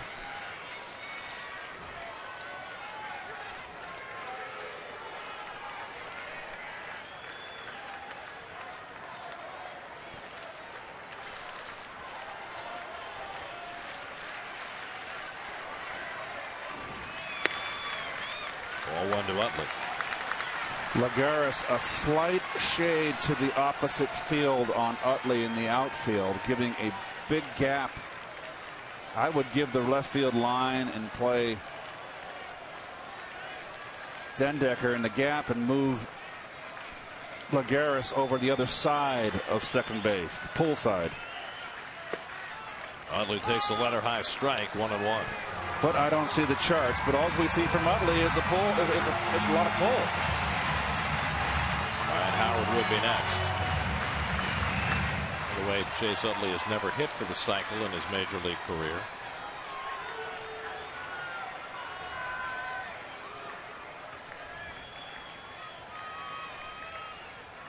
One for Mejia. Low and away with a sinker. 2-1.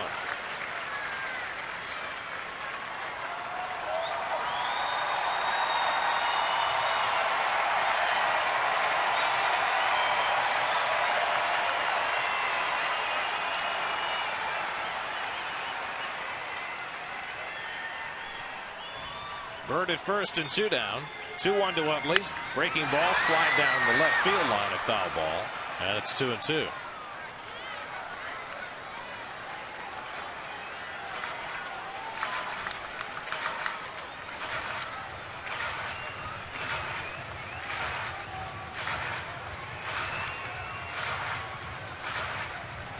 These fans are into it. They got a last place ball club here that has lost the first 2 games in this series. And they are into this game. Better than 31,000 on hand today.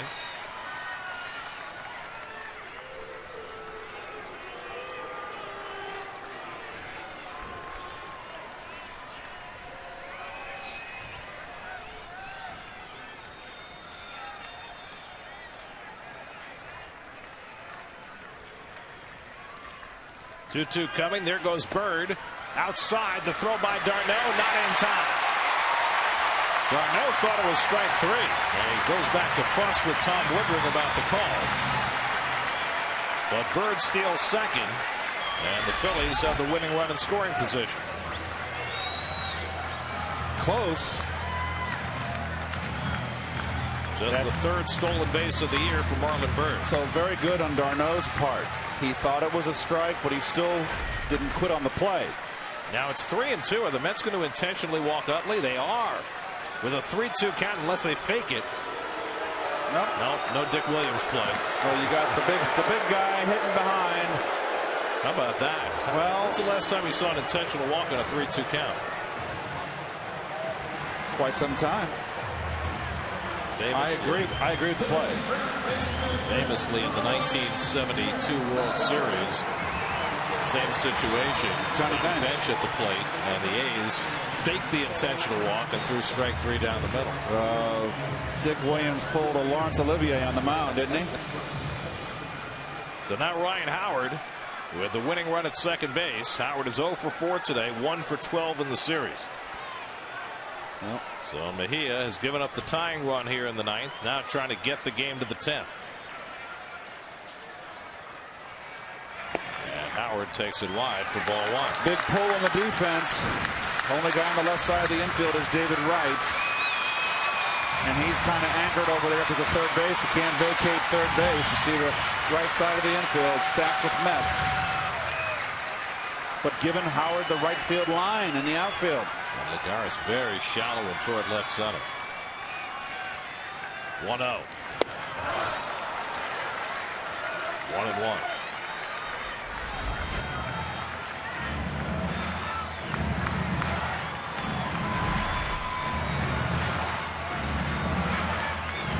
Howard 2 for 8 in his career against Mejia. Bird at second, carrying the winning run. 1-1 to Ryan Howard. And he fouls it away, and now Mejia up in the count 1-2. Well, Howard hitting .216 and not the player he used to be. Who would have ever dreamed of an intentional pass to get to Ryan Howard? Well, if you have to pick your poison, I think right now you pick Howard over Utley. 1-2 coming. And missed low and away, 2-2. Howard were to walk. Grady Sizemore would be next.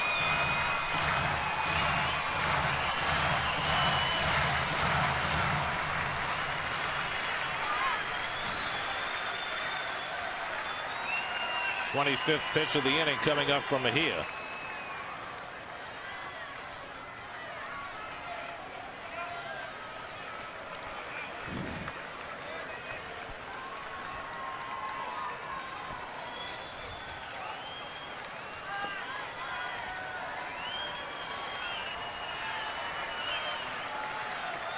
Two on, 2 out, 2-2 to Howard. Curveball misses. 3-2. So that means an automatic strike for Bird. So a base hit's going to win the ball game, unless it's kept in the infield.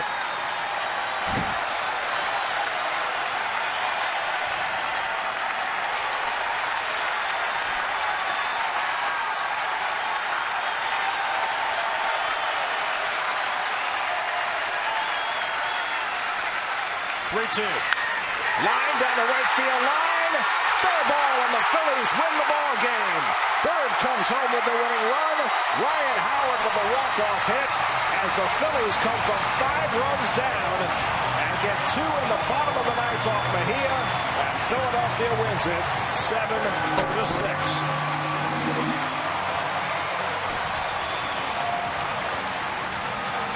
Well, before this series started, Ryan Howard hit a home run against the Astros in the final game of the series to win the ball game in the 9th, just like this. This one just a base hit. Breaking ball out in front, nobody there. Runners in motion, automatic. And that man right there, former Met. Bird drove in the tying run, scores the winning run. The game had looked like the Mets had in hand. They were up 6-1 with 2 out in the bottom of the 6th. But Wheeler weakened, gave up a couple in the 6th. A defensive play not made wound up costing the Mets a couple of runs in the 7th. And Howard with the walk-off hit in the bottom of the 9th against Mejia, who suffers the blown save and the loss. And the Phillies, after dropping the first 2 games of this series, win in come-from-behind fashion this afternoon. Well, you know, you got a last place team right here, and look at this. Look at the reaction from the team. So this is a rivalry, and it's, you know, it's a big win for the Phillies, a tough one for the Mets. Well, the Mets were hoping to continue to make up ground, but this one really will stick in their craw. They let one get away when Zach Wheeler had himself a lead, but the bullpen, which has been so good, unable to hold it today, as the Phillies win it 7-6. Phillies get to celebrate this afternoon. 7-6 the final. We'll come back with more from Philly in a moment.